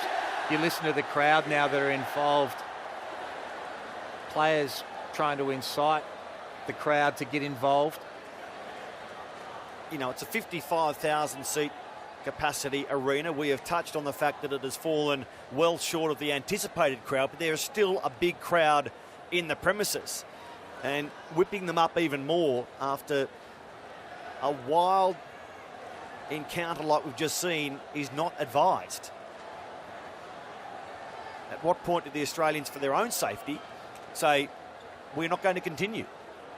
Yeah, and I've said from the start, I think it's that time. I think Andre Lamanis should be talking to the officials, the Australian officials that are there for Basketball Australia should be talking to the officials as well and say this game needs to be called off. It can't continue, and we value the welfare and the safety of our players. They shouldn't be going out there. They shouldn't be on a stage where a player may want to make another stand to be able to get the crowd involved, to be able to make another physical contact against one of our players. No doubt there are people seeing the social media reaction to what has just happened and might be joining us in the last few minutes. We are in the hands of host broadcasters, so these shots are coming to us independently. We can't show you again what has happened until our host broadcasters decide to do so. Suffice to say that contact was made on Chris Goulding that was excessive. There was a retaliation, even more excessive, from Daniel Kickett. And then we had punches, flying kicks, both benches emptying to join in the melee. It appeared as if officials and security guards and maybe even crowd members became involved. And for the best part of 30 seconds, it was out of control, to the extent where Nathan Sobey was pinned under a chair, punched from different angles. There was a punch to the back of the head of Thon Maker, who responded with his own flying kick. And since then, the teams have been at their own end of the court, sometimes smiling, the Filipinos, and taking selfies. The Australians generally with a look of bewilderment and uncertainty as to what happens from here. But if you're joining us late, having read about this in social media, we are in the control of our host broadcaster.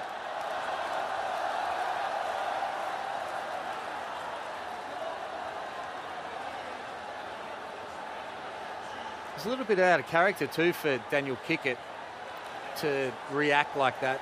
Obviously he thought there was a fair bit of contact from the initial play, an intentional foul, unsportsmanlike foul against Chris Goulding, but he certainly overreacted, no doubt about that. It was a solid hit that he put on the Filipinos' head in reaction. So we certainly want to be fair in our commentary about what we've seen, but to think that you get that sort of reaction, it was certainly overboard, to say the least. So, as you can see on screen, the referees are reviewing the incident, having reviewed it for an extended period courtside immediately after the flare, the blow-up. Well, they just needed to take one look at those highlights like we saw about 10 minutes ago. And common sense says, let's call it a night, hey?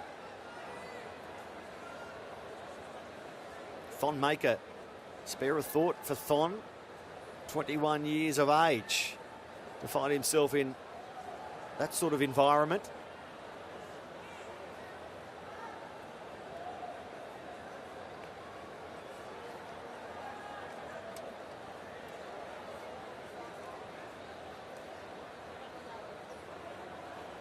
It's been a momentous day for basketball, from LeBron James opting out of Cleveland and heading to the LA Lakers, to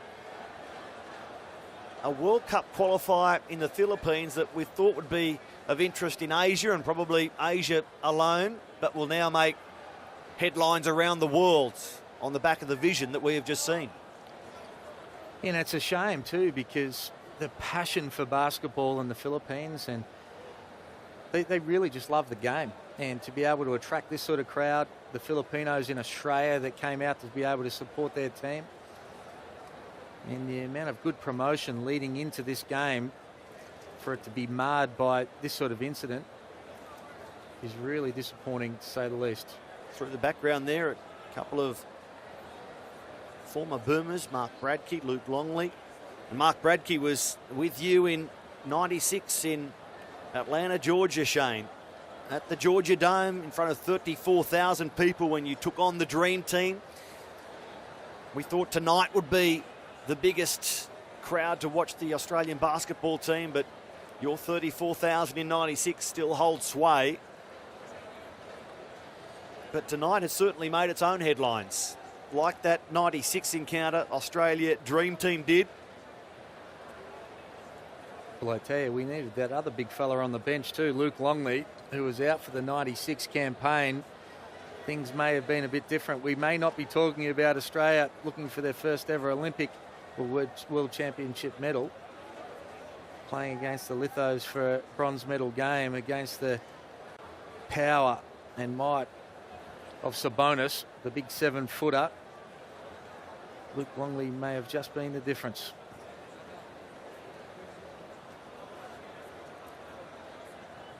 So the Australians cooling down courtside, with World Cup qualifying reaching the end of the first round tonight. They will go back home, have a bit of a break, start their pre-season and head into those NBA qualifiers. And that's Ned Coden, chairman of Basketball Australia.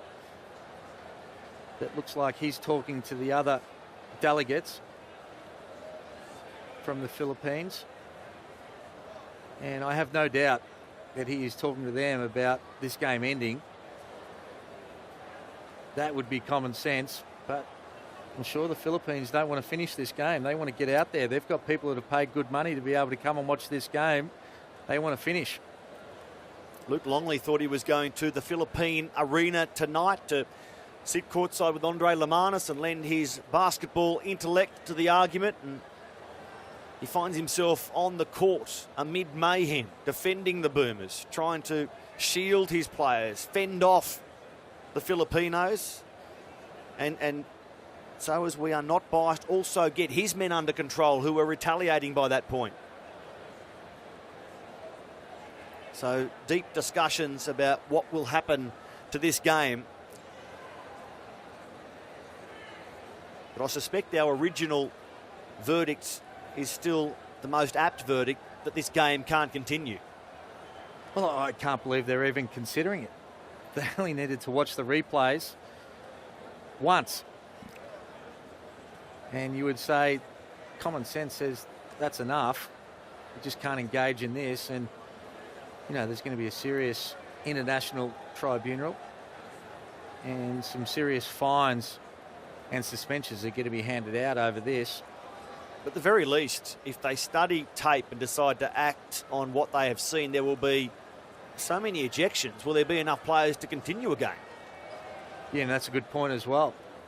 But, you know, again, as I said before, I'd be more concerned about if they did play, what's going to happen from here? How do people settle their emotions? How do we take the crowd out of this? Because obviously, you know, they're right into this. And, you know, from their point of view, I have no doubt that they're talking about that this was started from Daniel Kickett.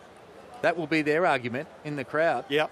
That was all a retaliation, that Daniel Kickett deserved what he got.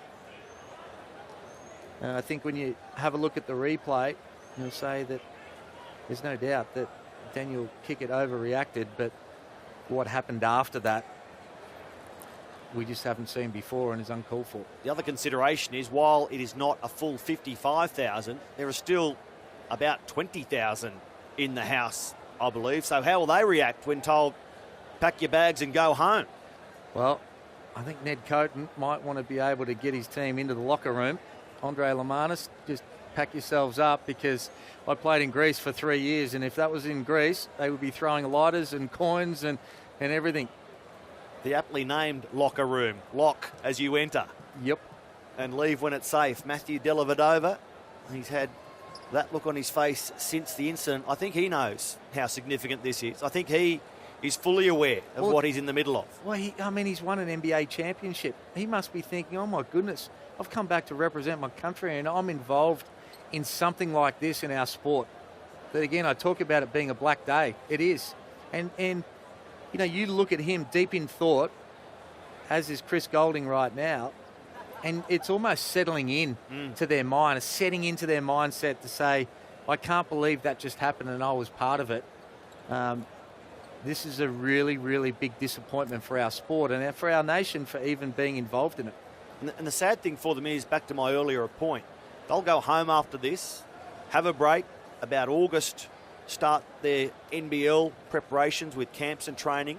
So it's a long time until they start playing their next basketball NBL warm-ups, ultimately with the NBA NBL trials. So it's a long time for them now to sit back and consider what they've just been involved in. Well, I think it's not as if they'll play next week and create some good memories and put some distance. Yeah, which makes it even more so, because they are going to be questioned and interviewed and asked and see the social media and the replay over and over and over again that will travel around the world. This isn't just going to be confined to these two nations. Obviously, basketball is a huge sport, and it sounds like we're getting some sort of announcement now, we hope. Magandang hapon po, magandang gabi sa lahat. Alam nyo po, medyo hindi ka nais-nais yung nangyari. How's your Filipino, Shane? Not good, but I'm waiting for the response from the crowd, and I'll tell you what's happened. Good evening ulit. I just want to appeal to everybody to please settle down. We didn't want what happened to happen, but we are hosting this game, and this is a basketball. At the end of this, we will wait for the referees on their decision. But please, I'd like us to respect the game and make our visitors feel safe in the arena. Okay? We will continue the game we all love. Okay? But let's show respect to our friends from Australia. The President of Australia is here. Also, the Ambassador of Australia is also here. So let's just enjoy the game. Everybody calm down. Let's respect also what the decision will come out from the review of the referees. Again, maraming salamat. Mabuhay Pilipinas! Thank you very much, SBB President Al Panlilio.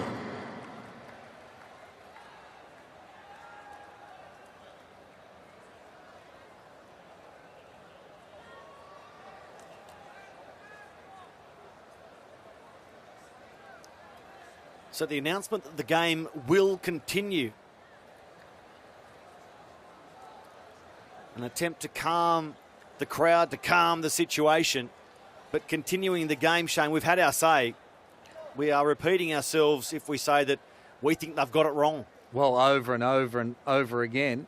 But he did say that they will wait to find out what the referees decide after reviewing the tape. And you made a good point before, Matty, is that the amount of disqualifications that are going to come out of this game, particularly from the Filipino team, they may be left with a handful of players. And I wonder whether common sense prevails when they've gone into their locker room and they speak with their managing officials and they get a chance to be able to talk in calm, away from the crowd, away from the players, and and the emotion of what's just gone on, and whether common sense finally prevails and they call this game off. Just having a look at some of the initial reaction in Australia. People want it called off. Australians are disgusted with what they've seen. And again, I'm not apportioning all blame on the Filipinos. We saw the role that was played early by Daniel Kickett. Thon Maker lashed out, but when you go back to those images, it was sparked by an overzealous contact from the Filipinos, and then the Philippines en masse went after the Australians. Well, yeah, Daniel Kickett certainly overreacted. You know, you can't blame Thon Maker as much in that ruckus because he's just been punched in the back of the head. So he's reacted to what was a brawl. Yeah. And he's lashed out. He's lost his mind, no doubt about that. But as you would, you know, when you're in a venue like that, you're being punched from all different directions. There's kicks going, flying. You're seeing teammates on the ground with 10, 15 people around them. I think that's a normal sort of reaction that you can accept in that situation of protecting yourself.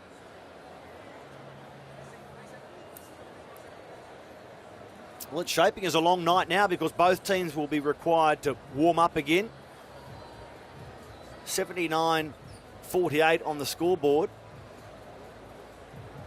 Into the third quarter.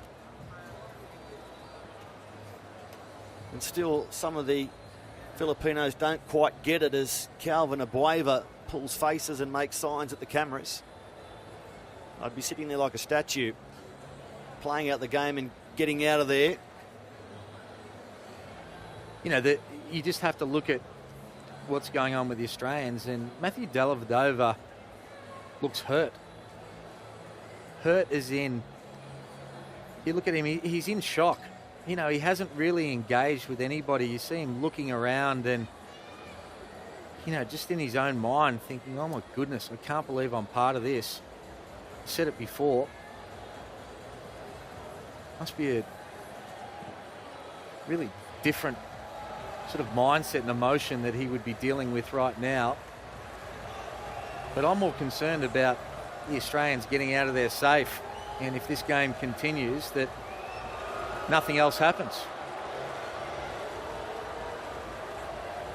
Here are the officials after their lengthy review. Ahmed Al-Balushi from Oman, Hatim Al-Harbi, Saudi Arabia, and Paul Skayam from Lebanon. Well, they're under some pressure, aren't they? Well, if this game is going to continue, no wonder he's got a notepad and pen, because the amount of things you're going to have to read out to the score bench is going to be long.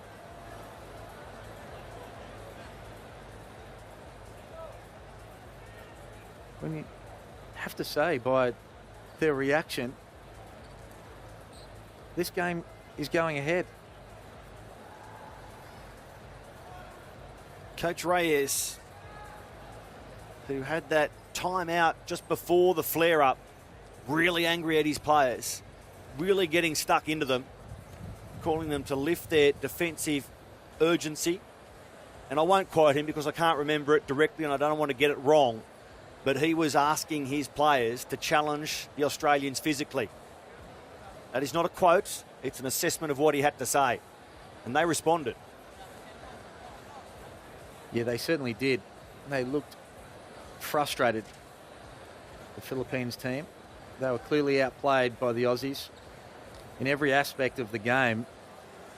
And Australia did a great job picking them up full court and at the defensive end creating easy buckets. They've shot the ball well and they've won in every aspect of the game so far, the Australians. As I mentioned earlier, Chot Reyes, the Philippines coach, and he's been around for a long, long time. He's seen a lot of basketball.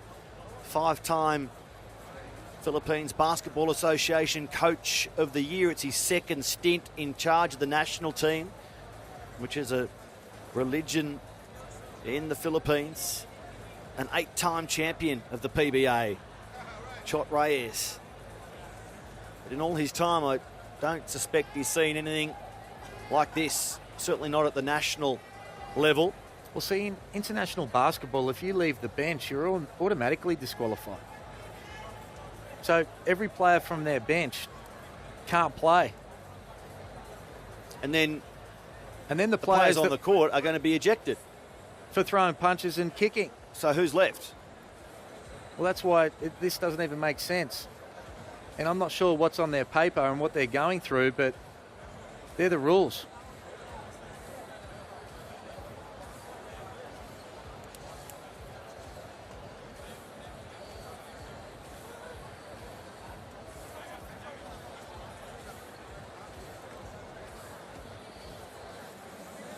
Luke Longley, Andre Lamanis and the Boomers with this extended delay and wait. I'm really Pogoi, that man, he was in the centre of the flare-up and he's been treated since that contact was made.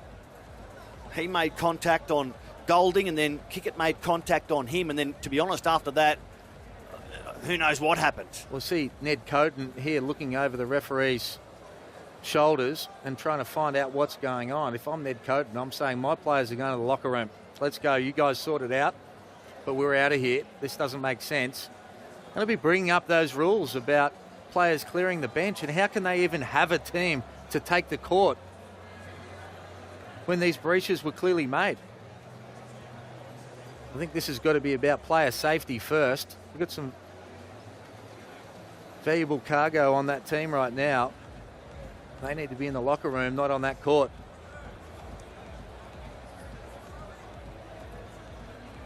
And I think he's got every argument, every stance to be able to take to make that argument for his team not to continue.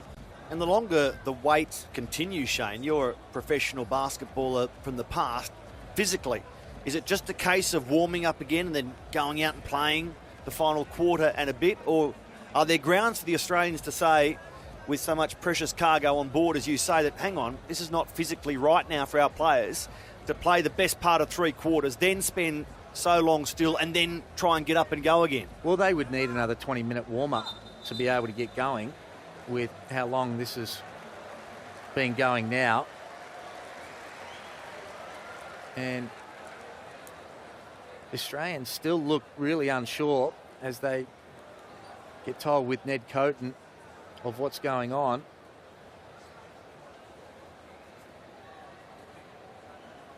Ned Coaten, Andre Lamanis, Mark Bradkey, Luke Longley, all there with the officials.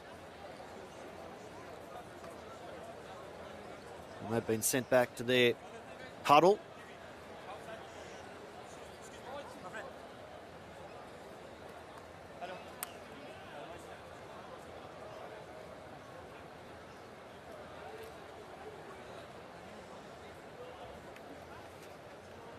I think it's starting to settle in for the Philippines coach of exactly what their team is part of.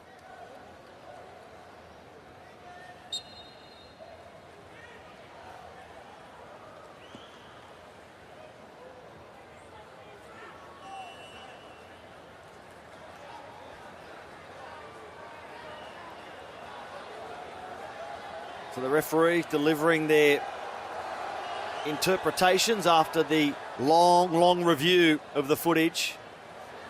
Well, to me, that looked like 4 players, 1 Australian and 3 from the Philippines, have been ejected from this game. Which we predicted. How you can only have 4 players ejected? That might have been 4 Australians, Shane. Maybe. Well, there's 2 so far. So 5 Filipinos, up to 6 now, if we're reading it correctly. This is more like it. Keep it going. And back to our earlier point, there'll be no one left.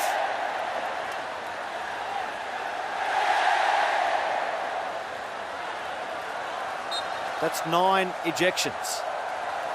So that is game over. Ladies and gentlemen, the official call. There have been disqualifying fouls called. First for Australia. Disqualifying foul call on number 2, Nathan Sobey. Number 4, Chris Golding. Number 7, Con Maker, and number 12, Daniel Kicker. Those 4 individuals have been ejected from the game.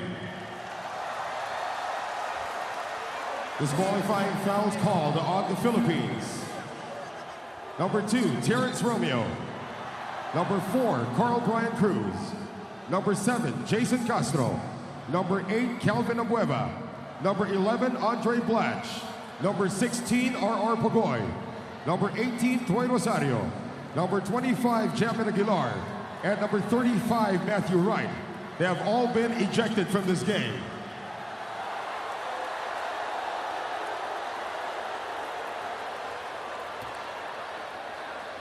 Four Australians, 9 Filipinos ejected from the contest, which will see the end of the contest. Sobey, Golding, Maker, Kickett ejected for the Australians. Romeo, Cruz, Castro, Abueva, Blatch, Rosario, Aguilar and Wright, who hadn't been used yet off the bench, ejected as well. 13 ejections, game abandoned. Well, they've still got 3 players left, right? So does that mean they're going to play against 3 players? Surely that doesn't even make sense.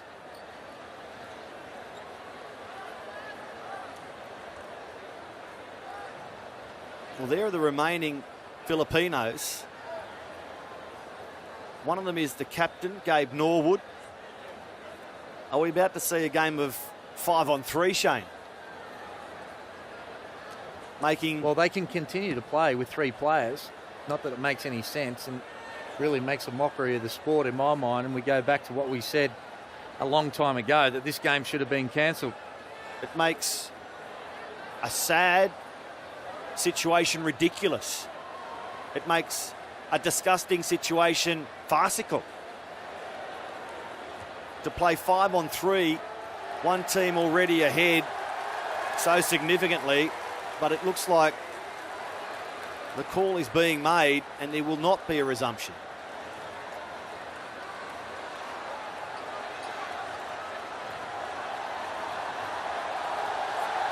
You'd love to see the replay of how Nathan Sobey was ejected, for being belted by 10 players and a chair. And Golding was next to him on the ground with all those players. So we will continue. We will continue. No warm-up. Let's just play 5 against 3. An unbelievable night.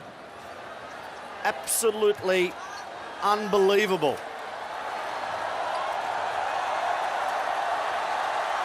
Bulacan, 10 kilometres north of Manila, at the Philippine Arena. See, no one wins from this game even continuing. So what do the Aussies do here? Rotate the ball? Do they even play basketball? It looks like they don't really know what to do. Anthony Drimmick, do I shoot it? Why not? I'll take 3, but Shane, how do you commentate this now? What do you say? How do the Aussies play? How do the Philippines play? How do the crowd get involved? Well, they will if they keep hitting 3s. They'll take what they can, but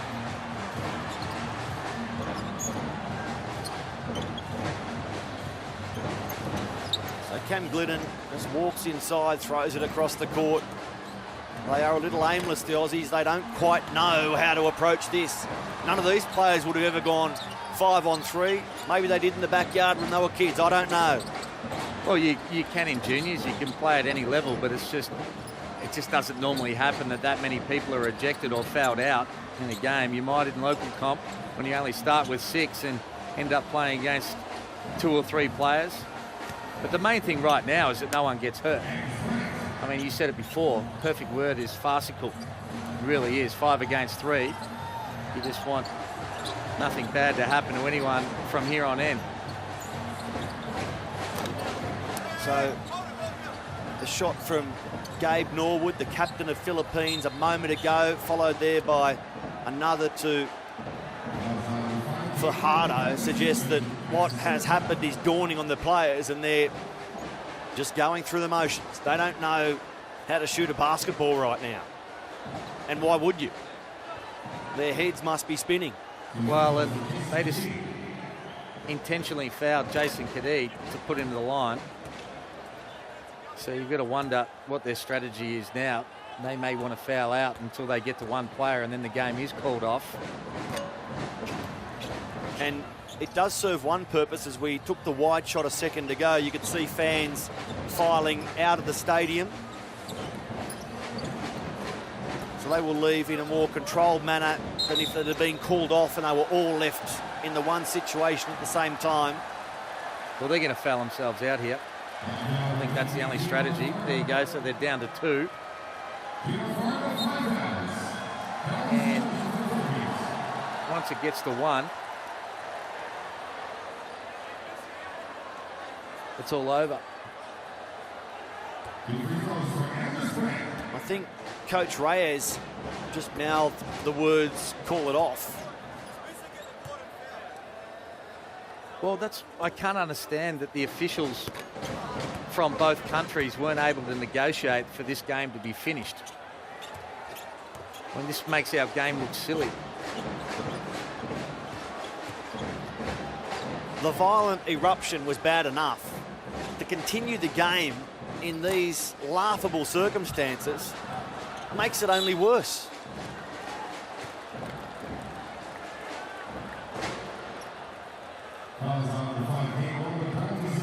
We still have 2 minutes and 8 seconds left in the third, but there is no way we're going to get to the fourth.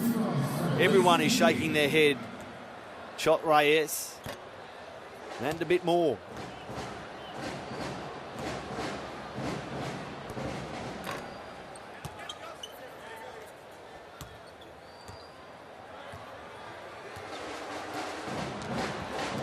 Dave Norwood, the captain. Let's hope he's on 4 fouls. Goes to the bucket, commits the foul, knowing full well that's his night done. And it's over. And finally, a slow, agonising death to this game. So at 1 minute 57 seconds left in the third. An amazing, sad, ridiculous game of basketball is about to finish.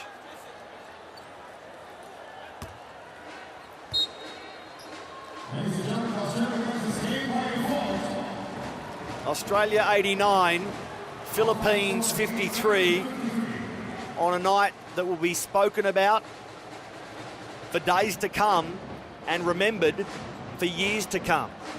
It is a dark, dark night for the sport of basketball. Australia and the Philippines started tonight playing for top spot in Group B, first round FIBA Asia World Cup qualifying, and they finish in disgrace.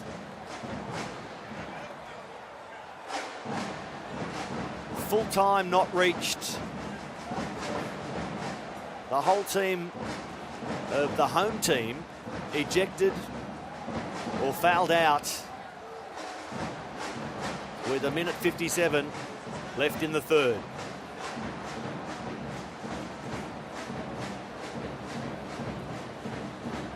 The questions now will be, what will the fallout be? How will FIBA react to tonight? What sort of punishments will be handed down? Are the Philippines and the Australians allowed to continue in World Cup qualifying? Well, I think there's no doubt there'll be a suspension coming for Daniel Kickett, and so there should be. But the suspensions coming for this Filipinos team is going to be long and hard, and it should be.